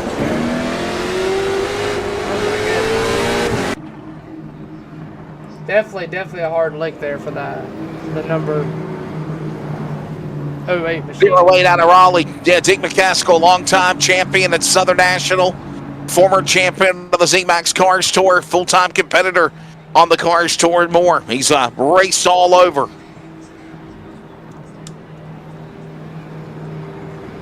Just a talented man from Raleigh, North Carolina. You think of the McCaskill family, you think of Dick McCaskill, you think of course, Bradley McCaskill, his brother, who also competes in dirt late models as well. Here it is. There's weather conditions, by the way. Track temp at 77, and it's mostly cloudy. I don't know. Is that the moon? Is that supposed to be the moon with the clouds above it? Yeah. I was kind of confused there for a second too. It looked like a sun, but it was the moon.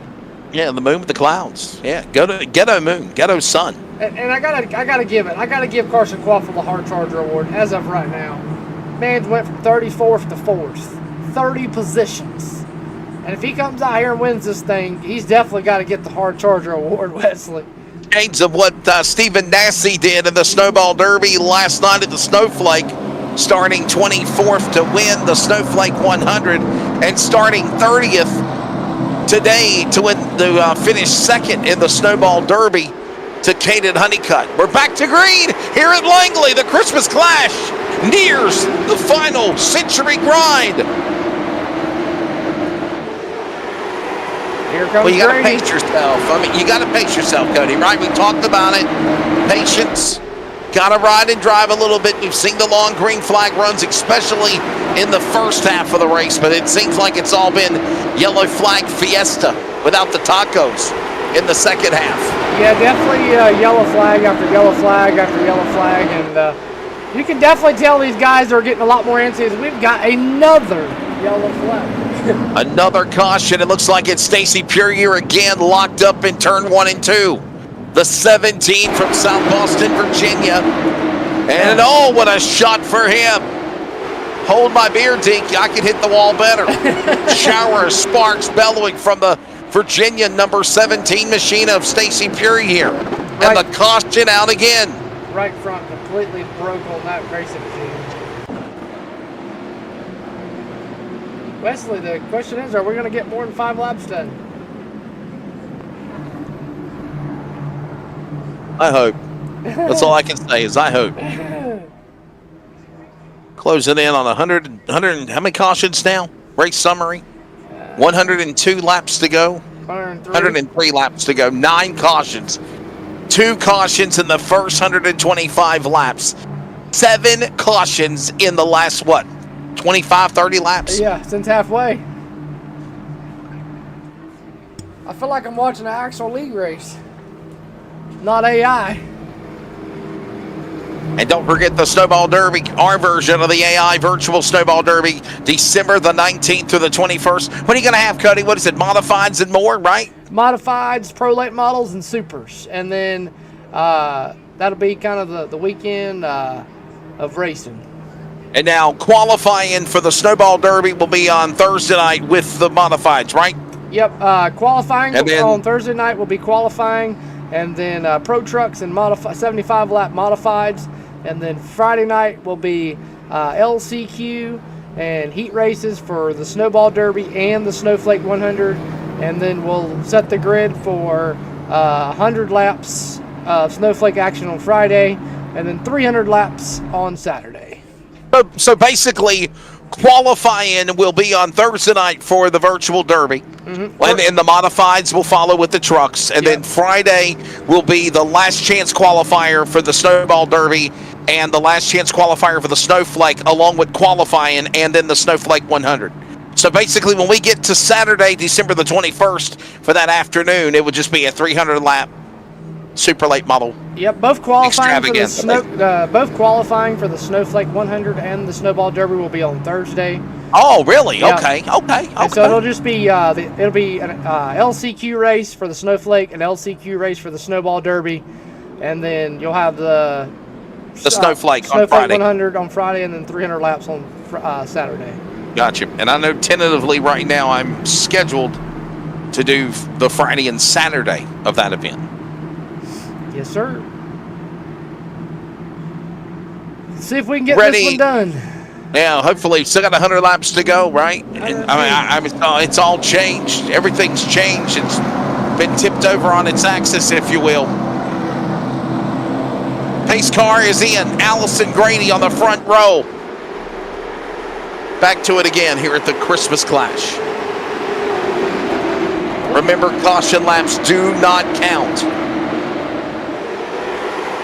Huffman there working his way up into the top 2. Sylvester working his way up there. People that we have not seen all night long. And we got a Battle for Your Race lead. Here comes now Huffman. Here comes Landon Huffman wanting more. Harry Silvestri with him on the bottom. As under attack is Allison. 100 laps to go here in the inaugural Christmas Clash at Langley.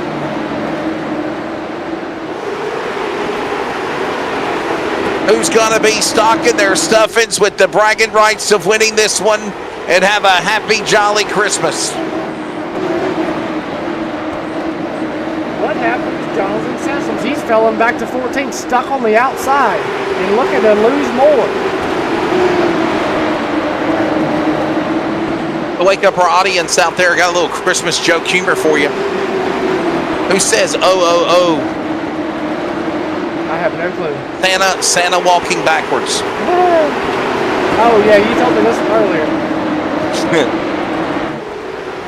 Under 100 laps to go. Boy, look at Millette, a little loose there for a moment. LTA on the inside. Look at this now. Cody Deemer's now back in the mix here. There he is. He might be a lap down, but he's still battling. He's still there. Hang on. The 30th. And Huffman, the new leader. Landon Huffman up in front. Claremont Kid. Time and the score went out again, by the way, Cody. Should be good any second. The timing, whatever you call it, app and engineering, whatever. Okay, it's caught up. Landon Huffman back in the lead. He leads the way. It's Daniel Silvestri second. The mouse fell off the wheel there for a second. Had to get him churning again.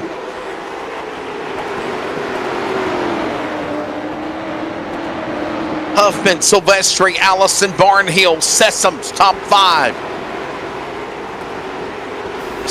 Bill TA's doing better than you, Cody. I know, right? She always does better than me. It's a woman. Look at her right there, the '84 car. I can't complain. Did she come up with the design for that car? By the way, I like the colors. No, her favorite colors are teal and mint green. So, and we got a call. A caution, there it is, yellow flag. With 158 laps completed, we got a parking lot. Silvestri, Barnhill. Oh my God! Barnhill, Aiden Millette hard into the wall. There's the other guys behind him stacking up. Boy, who got a piece of this one? Hard hit for Aiden Millette. Watch this again. Oh my God! Riley music into Aiden Millette. And then what caused everybody to stack up from there is like Aiden Millette off the pace. And there it is. Yep. There's a purposefully 2-lap penalty rule for bringing out the caution intentionally, and it stacked up the leaders. Yeah, for sure. Wow. Hard hit, though, for Aiden Millette. Yeah. That'd have been rolling the MSR safety team. You mean the AMR safety team? Yeah, that one.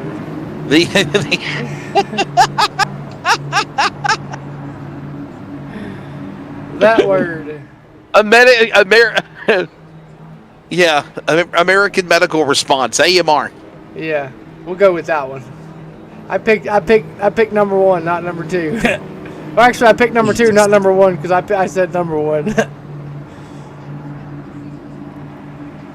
159 laps. Have we officially hit under 100 laps to go?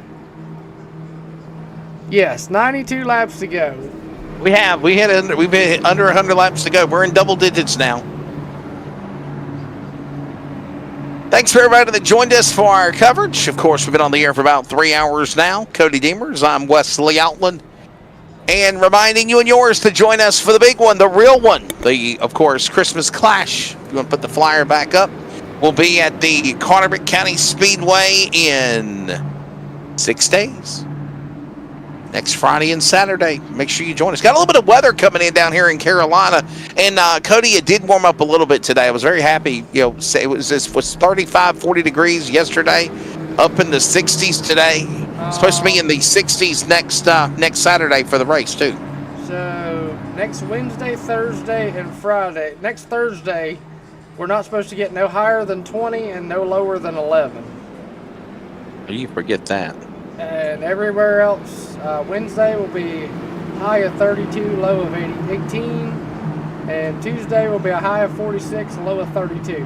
Other than that, Monday and today and tomorrow will be pretty much decent in the 50s, and then Wednesday will kind of be like you're not ready to do anything. So maybe the cold weather is going up your way and finally getting the hell out of the south. You can have it back. Here we go. Ready to settle it. 92 to go here in the Christmas Clash with Landon Huffman, Allison on the restart.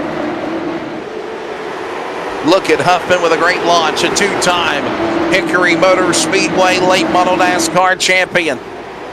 At the birthplace of the NASCAR stars. Here's Silvestri now, outside, opens the door to Brian Barnhill in the 5 from Conway. Carson Quapple right behind him, and so is Mining. This is in the top 10, Cody, as they work on 4. Yep. 3 wide. Had a quick moment there where the leaders were 3 wide almost for the lead. Here comes Andrew Davey, and meanwhile up front, here comes Lee Jones, the inside of Noah Allison. Thought about it. No, touch back in. Remember earlier when this race started, Cody, that Jones was having problems, was all the way to the back, and now he is up to second in that 262 machine.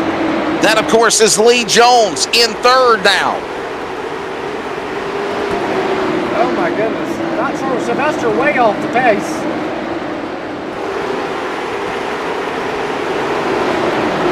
Lee Jones up to third. He's now behind Allison and Huffman for the lead. They're 1 and 2. There's Jones. There's Barnhill. Quapple, top 5, and we're single file.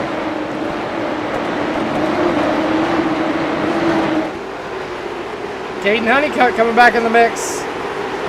And there's Dale Jr., by the way. The problems that Jr. had in the midway point of the race, and he has climbed back into the top 10 here, Cody. Going after Silvestri for 10th. Everybody, names that have been in the back all day long, all night, the whole race, all 167 laps, they're now cracking the top 10. Save their equipment, save the best for last. Here comes Dale Jr. cracking in the top 9. Oh, and by the way, they haven't even pitted yet. That's what's so crazy, Cody. Yeah. They did not pit. We've seen guys pit. They got damage, maybe damage to work on service, but that's it. It's crazy to me that they haven't pit. The driver that's pitted the most here of anybody is Aiden Millett 3 times and Brendan Queen 3 times, and they're in the back. The front runners have not pitted. They're on a 170-lap stint. That's wild. Here comes Lee Jones. He's all over the back bumper of that number 01 General Lee machine of Noah Allison as they work back into turn number 1. Can Lee Jones get around him and go chase down Landon Huffman? I will tell you, lap 124 was the time that pitted was for Lee Jones. Lee Jones did pit right before halfway. Here he comes. That's it. Look at Jones on the inside. Lee Jones going after Allison. So put Lee Jones down to second. Cars off the pace. Look at the 1J machine going behind the wall. Oh my God. Joining some other cars of Millett and Puryear on the damage clock. Might be out. We race on. Huffman in the lead. Lee Jones now a second back. And Lee Jones did win the the Pro Truck feature of on Friday night here at Langley. So he's looking to go 2 on the weekend. Lee Jones says, "Go, burnt popcorn, go." I think you ran his way. Yeah, right. Poor Cody Deemers has got a nickname, and it's burnt popcorn.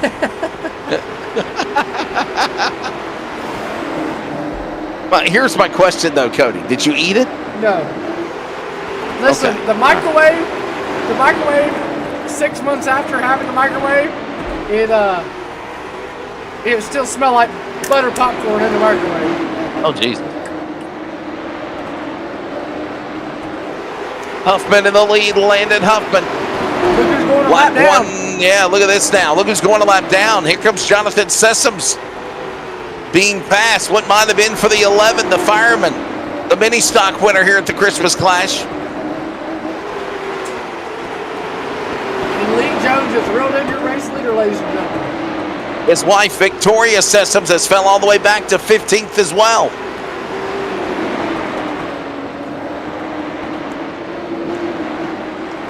Closing in on 7. We got one off the pace of the grass. Is that McCumbee? It is. Chad McCumbee has stalled, and that will draw the caution for the Mullins, South Carolina driver. Wow. So the Ford Mustang of Chad McCumbee, here's a replay of what happened to him while we're under yellow flag, just with about 70 laps to go. Watch this. Watch the 0 car. There it is. There's Mullins in the wall after the contact with Anderson. And he says, "Oh, screw this. I've had enough of it." Look out, Cade Brown. He just parks it.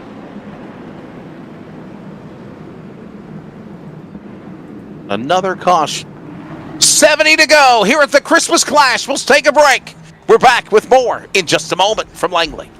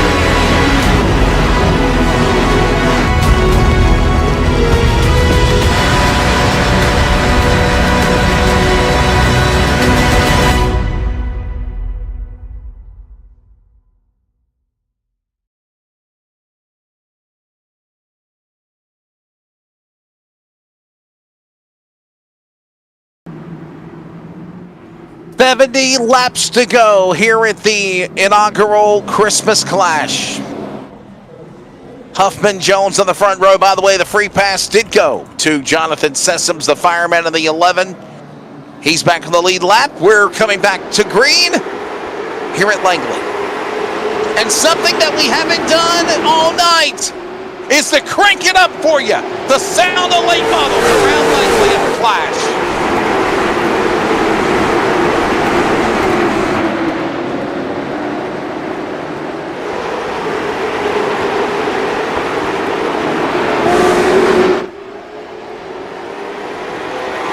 everybody's coming down pit road. Got like a speed shot camera, Cody? Yeah. Yeah, that right there. That's what I like. You muted our mics, right? Yeah. No, they can hear you.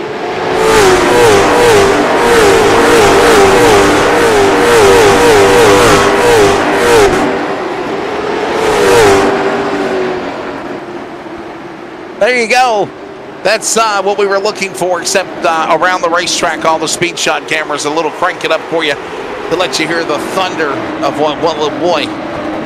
what is the race here at Langley, coming to the end of it for the Christmas Clash. And cars did come down on pit road under green flag. This is crazy. Brian Barnhill just exiting the racetrack. Here comes Riley, Daniel Silvestri. Guys are pitting under green, Cody. Are you serious? Got Kate Brown on pit road. Butterbean McQueen done for the day. Guys, I was referring to those cars that came down pit road like to lap on the restart, and it's like, why didn't you do this under caution? Right. Brendan Queen's not out. He's back out on the racetrack. Coming back out on the racetrack. Looks like, I think that's Millette. He's done for the day.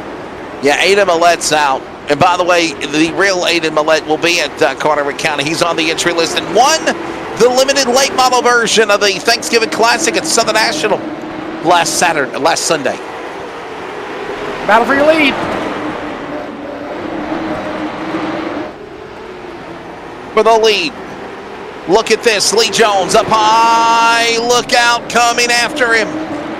That, of course, is Cade Brown, the lap machine that's mining in the 99. And we got one car off the pace, bottom of turn 3. Matt Waltz, the 2. He makes it to pit road limping in a shower of sparks. We will stay green. 60 to go at Langley in the Clash. Bobby Sessom, Sarah Billiter on pit road. We're seeing green flag pit stops continue to happen here. Kate Brown. Why would you not pit under caution? It's just I'm damn bumfuzzled here. Yeah, for sure. I can't believe it, Cody. Why would you not? I mean, why? Yeah, that blows my mind big time. Why you wouldn't come up there? We got a yellow flag.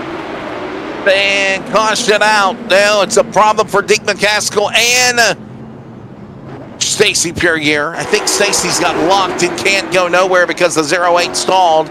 Look at this now. That's the 0. That's Anderson. Oh boy, Anderson in to Quapple. Another big hit for the man out of Raleigh. And I think he just locked it up, locked the rear end up here on the back stretch. And nowhere to go for Puryear here. Here's another look at it again. Watch this one more time. Oh boy, man, what a hit. Yeah, big time hit there. And it hits that crossover again. Well, they're using up, man, they're using up Dick McCaskill like a rag doll, if you will. I swear they are. Overhead shot here, the Langley Speedway.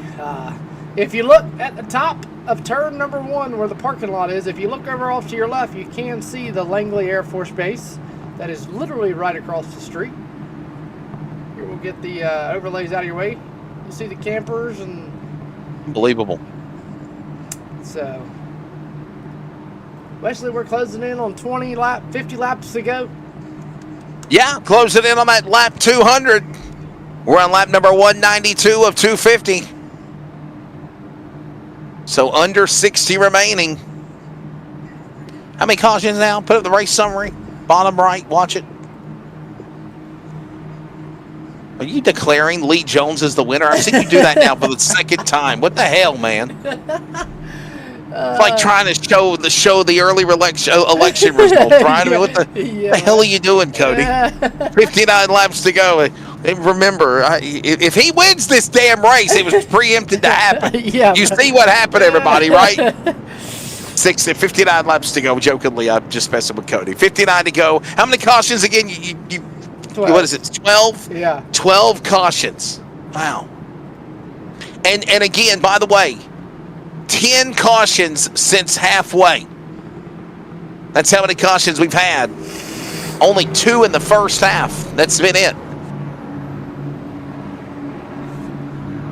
Let me apologize, actually. 3 in the first half, Cody, because we had one at lap 120, and then we had another caution at lap 125 for halfway. So 3 cautions, not to count the one you calls first. Easy.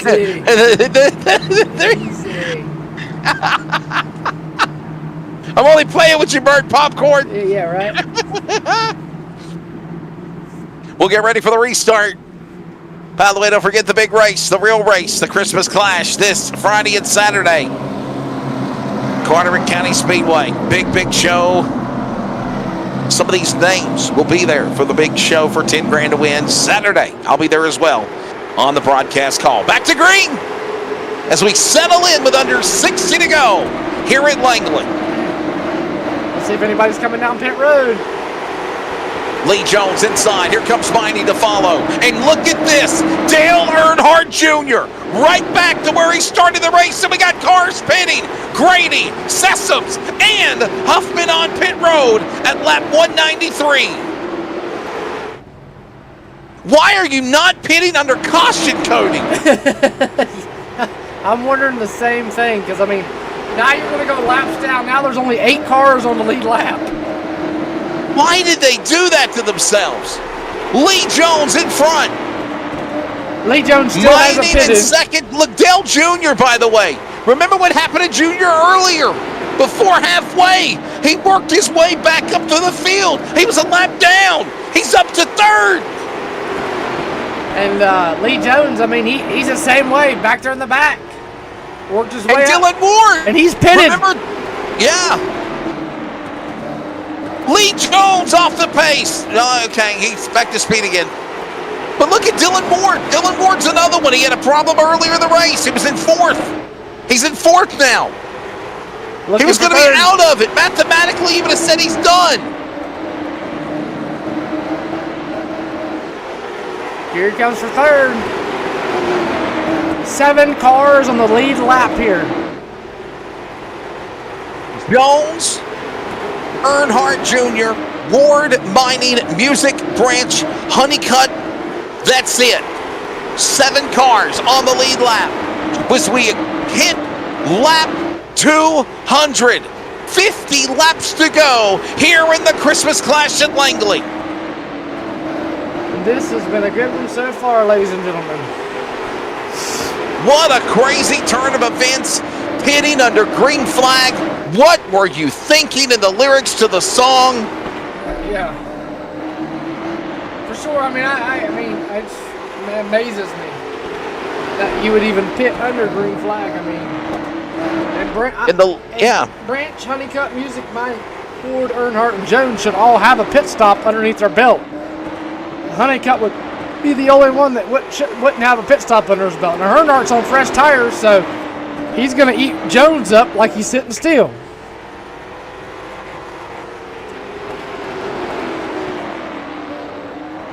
So much going on.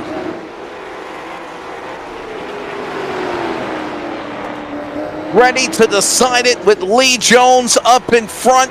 Under 50 to go here in the Christmas Clash at Langley Speedway. Cody Deemers, I'm Wesley Outlet, Elevated TV. We've been with you for the last over 3 hours. We had a phenomenal caution-free street stock race. Or what? One caution, 2 cautions.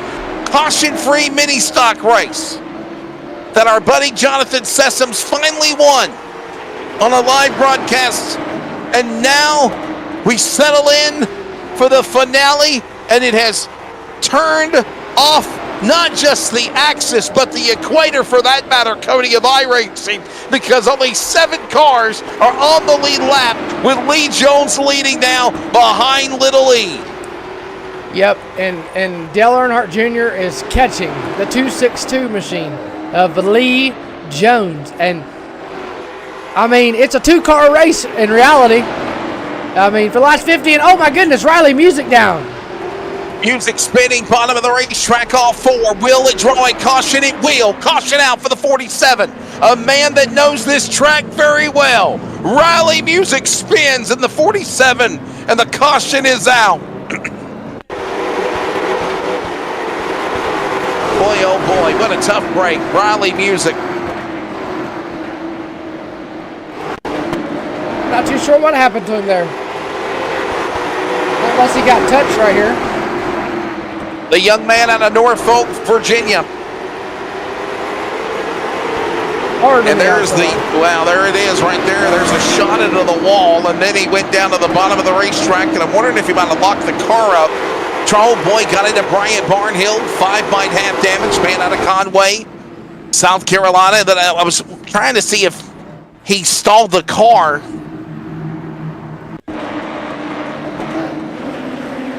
Let's see. Well, look, is Donovan Strauss with him? No. Okay, here it is. Watch this again. Brendan Queen into music. Wow. A couple of Virginia local boys here from the Tidewater region of the Commonwealth that know Langley very well. Into the wall. Watch this again. The Norfolk, Virginia driver into the Chesapeake, Virginia driver. Music and Queen. And now look at the 47. I'm wondering if he spun it. Yeah, there it is. Oh, boy, he locked it up on the bottom of the anthill, if you will. Off of turn 4, couldn't get up to speed, and that drew the caution flag. So Noah Allison will get the free pass.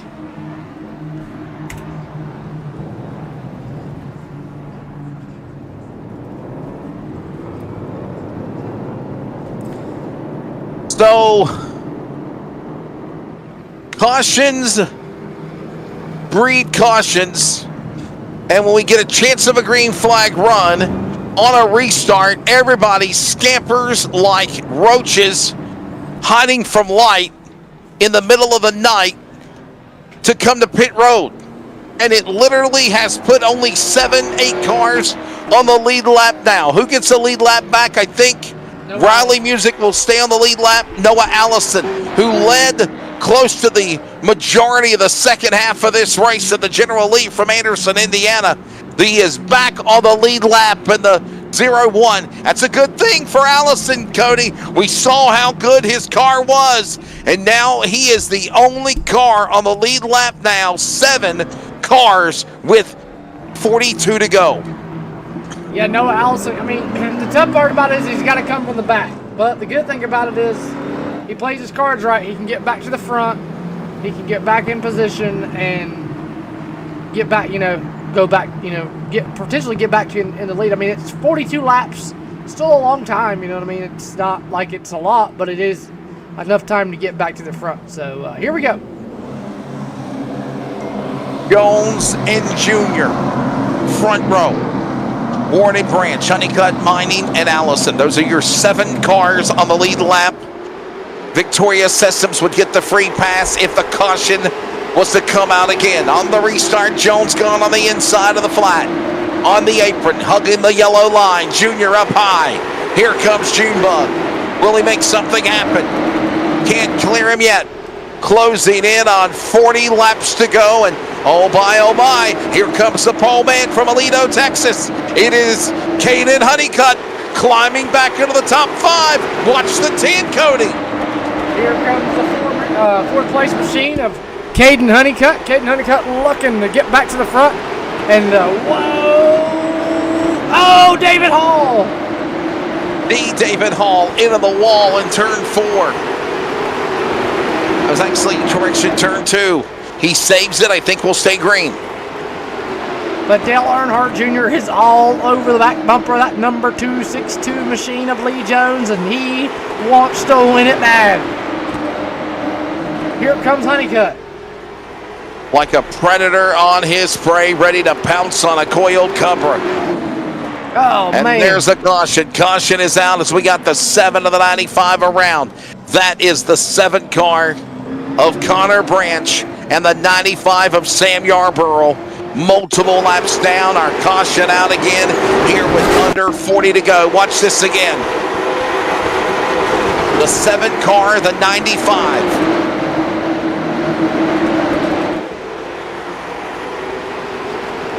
Car a little bit further up there. Strauss, and there you see where David Hall got on the wall. Okay, keep it going. We're under caution. And there it is right there. It's Yarborough and Branch side by side. And then they run each other into the outside retaining wall. And then they decide to, Penny, for your thoughts, Chief, continue to run each other into the wall in turn 2. Definitely. Yarborough now Yarborough just stalking the 7 of Branch before he come to a stop. Sam Yarborough 3 laps down. Connor Branch now a lap down. Free pass will go to Victoria Sessoms, and she will go back to the lead lap here.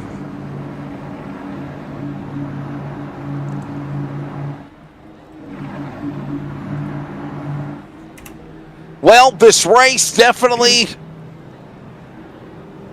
having its moments, especially down to the end of it here with under 40 to go, 37 laps remaining, or 36 remaining, actually. 10 cars should be on, 9 cars, 8 cars, 10 cars, somewhere along there should be on the lead lap.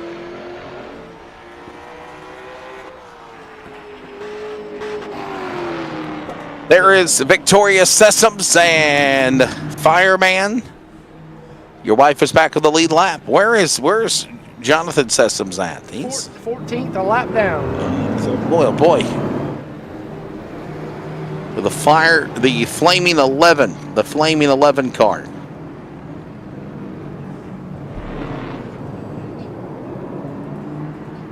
Beautiful looking race car. Throw back to when Scott Riggs used to drive the Flying 11, or Ray Hendrick and family. Think of Buddy Isles Jr. driving the Flame 11 as well on dirt, late models, and pavement. Buddy Isles as well. Yeah. A lot of history with the Flamed 11. The Lemons family who used to operate Langley Speedway. Dale Lemons, Chris Lemons. They drove the 11 car as well. All right, let's try to settle them back for a restart here with Branch now putting us under caution with Sam Yarborough. Jones Jr., Honeycutt, Ward, Mining, Allison, Branch, and now add Victoria Sessoms back to the list. 36 to go. Back to green in the Christmas Clash at Langley. Nearing the home stretch of this one. Whole shot. Give it to the leader. Jones gone again. Battle for second. Here they come. Caden, Honeycutt, and Dale Jr. And they kind of got the party started when Jr. free fell back earlier, if you remember, from contact with the 10. The Toledo, Texas driver, most recent winner of the Snowball Derby today, is up to second to 10. And he's trying to catch that 262 of Lee Jones. Lee Jones trying to get back there. Here comes Minning, and whoa, they got a mess right here. Big wad of traffic right there with Branch, Queen, Ward, Allison. That sounds like a massive law firm going at it there, coming off of turn 4. Everybody, and who's fighting for the open chair? That's the question. Everybody trying to get to the bottom here. Branch looking to get to the bottom. Ward, Allison, and Honeycutt has caught your race leader. Hayden Honeycutt. Going to be racing full-time in the NASCAR Craftsman Truck Series next year for Nice Motorsports. He won the Snowball Derby 57th edition this afternoon at Five Flags Speedway. He started on the pole for our virtual inaugural Christmas Clash, and now with closing in on 30 to go, he's looking to go back to the lead on Lee Jones off turn 4. This kid just, AI, real life, it don't make a crap. He's showing you just why he's doing it. New race leader here in the Christmas Clash. Hayden Honeycutt and the number 10 Ford back to the lead with under 30 to go here at Langley. A man that can drive anything. I've known him for a number of years, from dirt racing, dirt late models and modifieds. He's ran in pavement. Caden Honeycutt is just that good. He ran 4 different cars at the Snowball Derby this previous weekend actually, at Five Flags Speedway, and winning the Snowball Derby. And won the Pro Truck. And won the Pro Truck race on. And he won the truck race. Thursday if you remember, night. Spencer Davis crossed the line first but Spencer Davis got disqualified in post-race inspection, and the win did get handed to Thursday night's winner, Caden Honeycutt. He was the first winner of the Snowball Derby. He was the last winner of the Snowball Derby. And now as we approach 25 laps to go here at Langley, Caden Honeycutt is the Pied Piper from the back to the front, strategically climbing back, and he's right in the front again as we go to the home stretch. Yeah, Lee Jones falling off. Earnhardt looking to go there. Huffman, 4 laps down, excuse me. Right behind him, you got Stacy Puryear, Brendan Queen, Greg Mining in 4th, closest guy to Earnhardt Jr., but here comes Earnhardt Jr. He's all over the back bumper of that 262 with Lee Jones, and Lee Jones looking to struggle with that race car. It's go time. It is go time. If you're not done, you better make your moves now. If you've been playing possum, you better show it, because we're closing in on the final 20 laps of this one. As Landon Huffman down. What might have been for that driver, Huffman's car. Now trying to fight to stay on the lead lap as Dale Jr. moves back to second behind Caden Honeycutt, the leader. Honeycutt, Jr., Jones. That is Huffman, by the way, who is a lap down. 4 laps down, actually. Almost 4 laps down, and that couple of guys that know each other well, Huffman and Jr. Huffman, and that number 57, was leading the race earlier, Wesley. Now he's 4 laps down, man. That just shows how quick something can turn around. I've mixed a little High Rock vodka in my sun drop before. 20 laps to go. By the way, please be 21 or older, and please drink responsibly. Yeah, for sure. 20 laps to go next time by when they come to the line. Nearing the home stretch of the Christmas Clash here now. Caden Honeycutt up in front. There he is, the man out of Aledo, Texas. Look at this right now. The reigning defending ZMAX Cars Tour Pro Late Model champion. He won a couple of big races before the end of the year. He won, of course, the Snowball Derby today. Driving full-time in the NASCAR Craftsman Truck Series for Nice Motorsports next year. He started on the pole for this one, and now in the home stretch with 18 to go, the number 10. He is up in front, but here comes Junior. Junior's going to say something about it, and then McCumbee. Oh, man. McCumbee just cleaned out Junior. We're 3 wide with your race leader through lap traffic. Oh, no. Honeycutt into the wall, darts off the concrete. Somehow saves it. Still race leader. McCumbee, Huffman all in the way.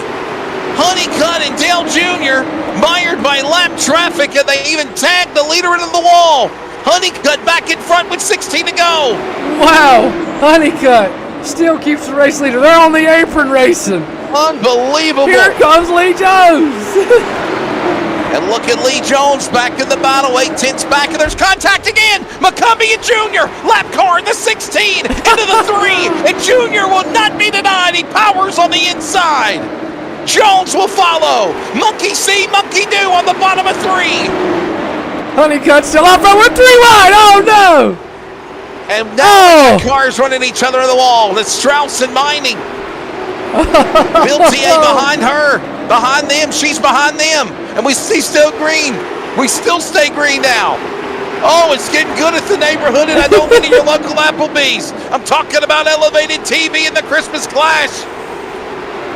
13 laps to go, and they are racing like, oh, look at McCumbee. Yeah, McCumbie's the one that gave the shot to Junior, a lap down, multiple laps down, but I had for Chad McCumbee. Oh. He's fighting to get back on the lead. He's 3 laps down, right? I mean, come on, guy. Here we go. And look at Matt Waltz telling what he thinks about it. Pity for your thoughts, Chief. And look at Cody Demers. Demers is back up in there, and again, there's a caution. You knew it was bound to happen. Oh, man. And there is Branch going around again in the 7th car. Wow. Who gave a putt in the rear to the 7? That's what I'd like to know. Oh, what do you know? It's Chad McCumbee. What in the world? Honeycutt, I hate to say it, but Honeycutt's probably going to come down pit road with that damage on the front end. I don't know. You got 10 laps. don't think it's that badly damaged. He last pitted. He has pitted one time. That was on lap number 81 when he did come down pit road. So he has pitted, so that's good. Looks like Bryant Barnhill gonna get the waiver around.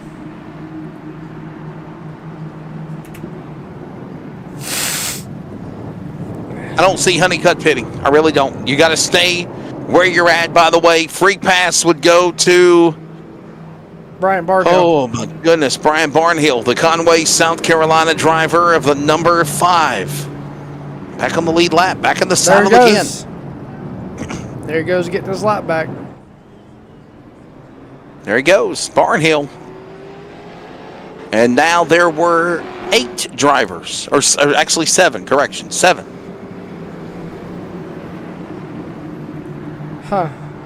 What an interesting race this has been, Wesley. It's gotten good in the neighborhood.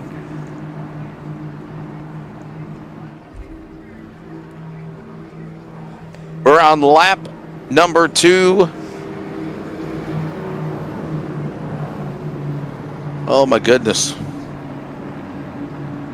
Appreciate everybody tuning in tonight, man. I know it's been a long one. I hope you guys enjoyed the racing so far, and we still got 10 to go, so coming to 10 to go, I should say.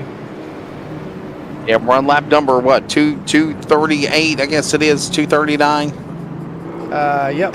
Your timing and scoring froze up again, buddy. So far, I give your timing and scoring about a C+.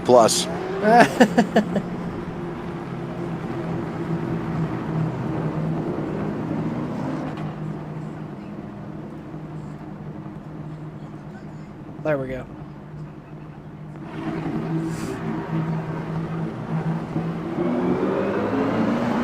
It should fix itself now. Yeah, for some reason it said it froze on lap 215 on my end. So, yeah. Nonetheless, Caden Honeycutt, can he get it done and win this thing? He's got Dale Jr. behind him, Lee Jones third, Greg Mining, Victoria Sessom. Hey, you remember how strong that car was before she had her problem? What can Sessom do? Sessom's do. Back to green. Here at Langley, 11 to go. Ready to settle it here at the Christmas Clash. 10 remaining now. Look at this now. Here comes Honeycutt up high. Goes Junior. Jones on the inside. Here, look at Victoria Sessom's moving from 5th to 2nd with 9 to go. Wow. Here comes Dale Jr. stuck on the outside. Here comes Noah Allison. Can Victoria Sessoms chase down Honeycutt? We talked about Honeycutt getting into the wall. This How is your front row. Could the 10 car be? He races on. Honeycutt now under attack by Victoria Sessoms. We saw how strong her car was earlier. And now methodically waiting. She gave Honeycutt a punt. 7 to go. Back straight away. Into 3 and 4. Wesley, this was your front row. Whoa! Honeycutt oh my gosh! Sessom's coming down pit road. Are you serious? And the We're under caution. And the caution's gonna save them. Honeycutt and Sessoms both coming down pit road. Zach Miracle. Caution out for Zach Miracle in 32. They're 4 wide, Wesley. Oh my goodness. Wow.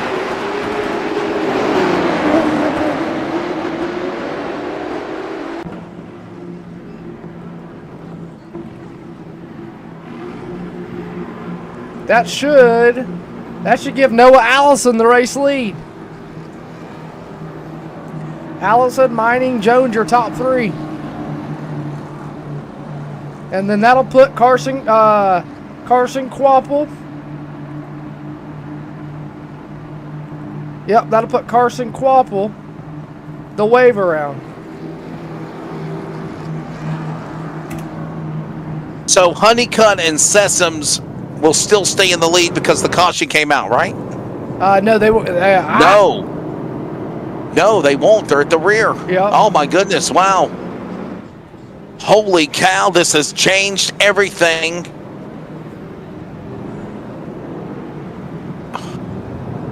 Oh, my goodness. We have shake, rattled, and rolled timing and scoring here. No wonder it crashed. Yeah. So who gets back up in here now? Because it's showing right now, Caden Honeycutt, Victoria Sessoms. They did pit, but it was when the caution lights also came on. Are they going to be penalized? Excuse me. Are they going to get penalized and have to go to the tail end of the longest line? That's the question. And if so, who is up in front? Noah Allison will take over the lead. He's in third. Noah Allison is the new leader in the number 01. Greg Mining and Lee Jones. Dale Jr., top 3, top 4. And Bryant Barnhill now in 5th. So there you go. We're going to see these other cars of, what is that? Puryear. Matt Cox and Puryear. They'll go for the wave around, if you will. When they get one to go, they'll go for the wave around and they'll bypass the pace car right about now.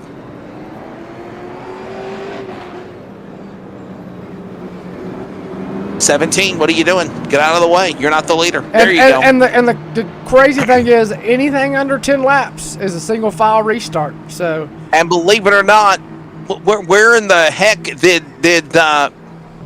where have we put Honeycutt and Sessoms? They're at the tail end of the field. Oh, they're right there. Here they come. They're right back in it again. Boy, was this smart coming to pit road or not? We'll find out with 7 to go here in the Christmas Clash. Noah Allison, the General Lee, trying to spoil the party. Here comes Noah Allison. Remember Sessoms and Honeycutt pitted. Was this smart strategy or not? Allison, Caden Honeycutt's back in third. Here he comes the second. Here he comes. Look at that. Caden Honeycutt powers by, going around Sessoms, going around Barnhill, going after Dale Jr. 4 fingers and a thumb, 5 to go. Now make it 4 remaining here at Langley. Cars are pitting and entering back on track amongst the traffic. Dale Earnhardt Jr. up in front. Caden Honeycutt second.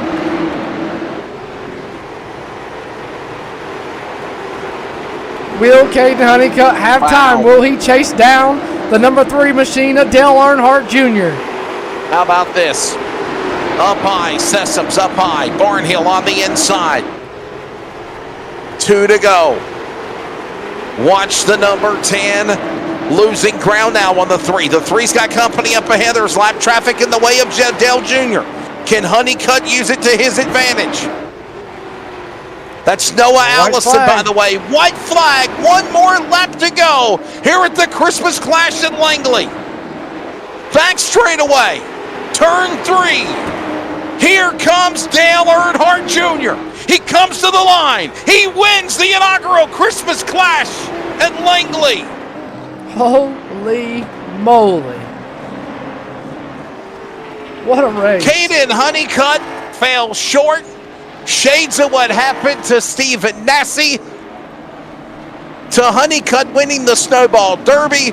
Caden Honeycutt falls short, winning here over Dale Earnhardt Jr. in the virtual Christmas Clash here at Langley. Wow. Wow. Fireworks going off in turn 4, Wesley, as we take a look here at your results. Caden Honeycutt comes home second. Brian Barnhill third. Victoria Sessoms fourth. Carson Quaffle fifth. I got to give a good shout out to Carson Quaffle, man. 34th to 4th. 30 positions on the night. Noah Allison, last car on the lead lap. And then everybody else from here on back, laps down or more. Greg Mining, Sylvester, Lee Jones. Jonathan Sessoms powers back to a top 10, Wesley. Yeah, what a solid run for him.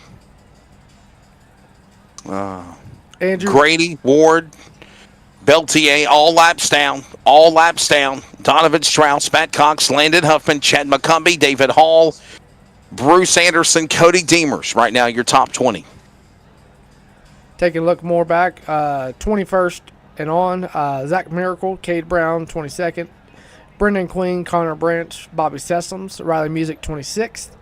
Daniel Thompson, Stacey Purrier, Matt Waltz, and Sam Yarborough round out your top 30. Jake McCaskill, Aiden Millette, Ryan Wilson, Trayton Lapsevich, and again, Ryan Demers did not start the race when it ended. Taking a quick look at the race summary. How many cautions did this race have? 16 cautions. Look at the lead changes. Wow. 16 cautions when this race ended with 38 lead changes.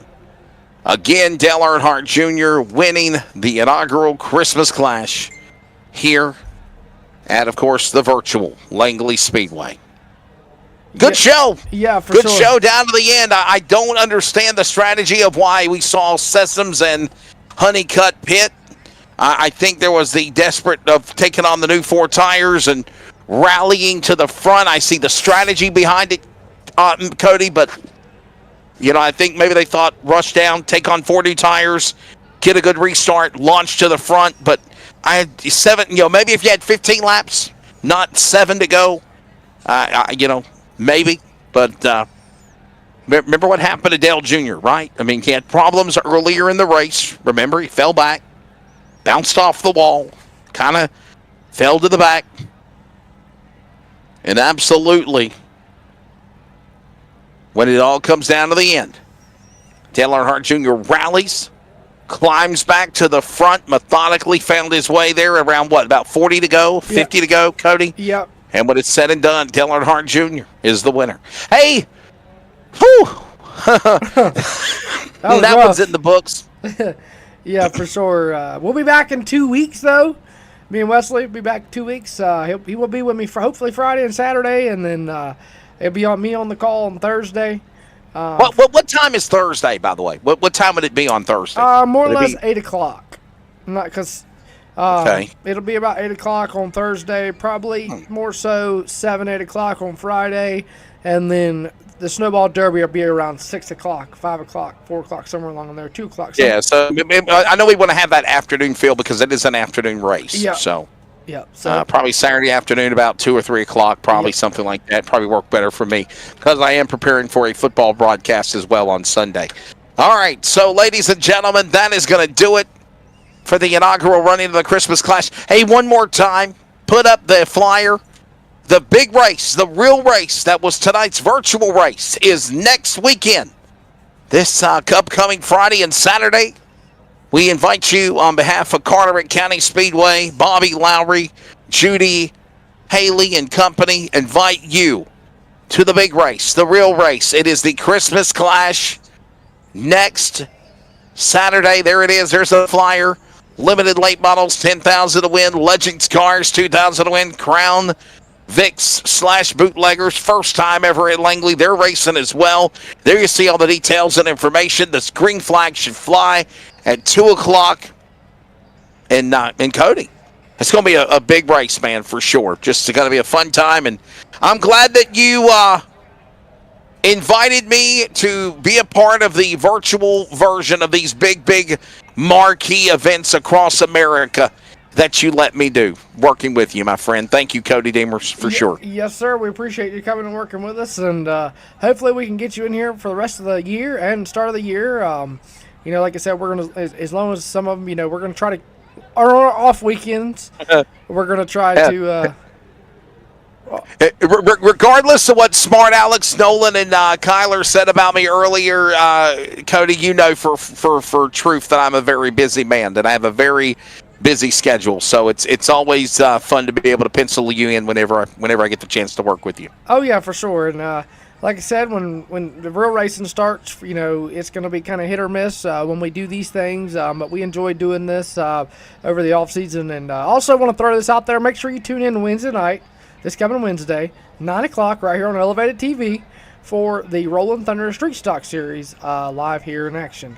They'll be at IRP for 100 laps, so make sure you tune in there and show them some love as well. So other than that, if Wesley's good, appreciate everybody watching. And, hey, I am ready to go make me some chili and eat some McDonald's McRib sandwiches. So there you go, my friend. Yeah. That was a good one. Oh, yeah.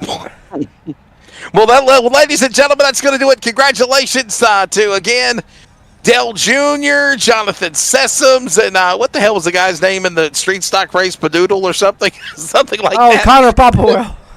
Yeah, Popplewell. There you go. They are the winners of the inaugural Christmas Clash. And by the way, sentiments to everybody out there. Merry Christmas. Happy New Year. Remember that truly Jesus is the reason for the season. Don't take family or friends for granted. Be good to one another. God bless you all. Thanks for joining us on Elevated TV. On behalf of Cody Deemers, this is Wesley Outland thanking you and yours.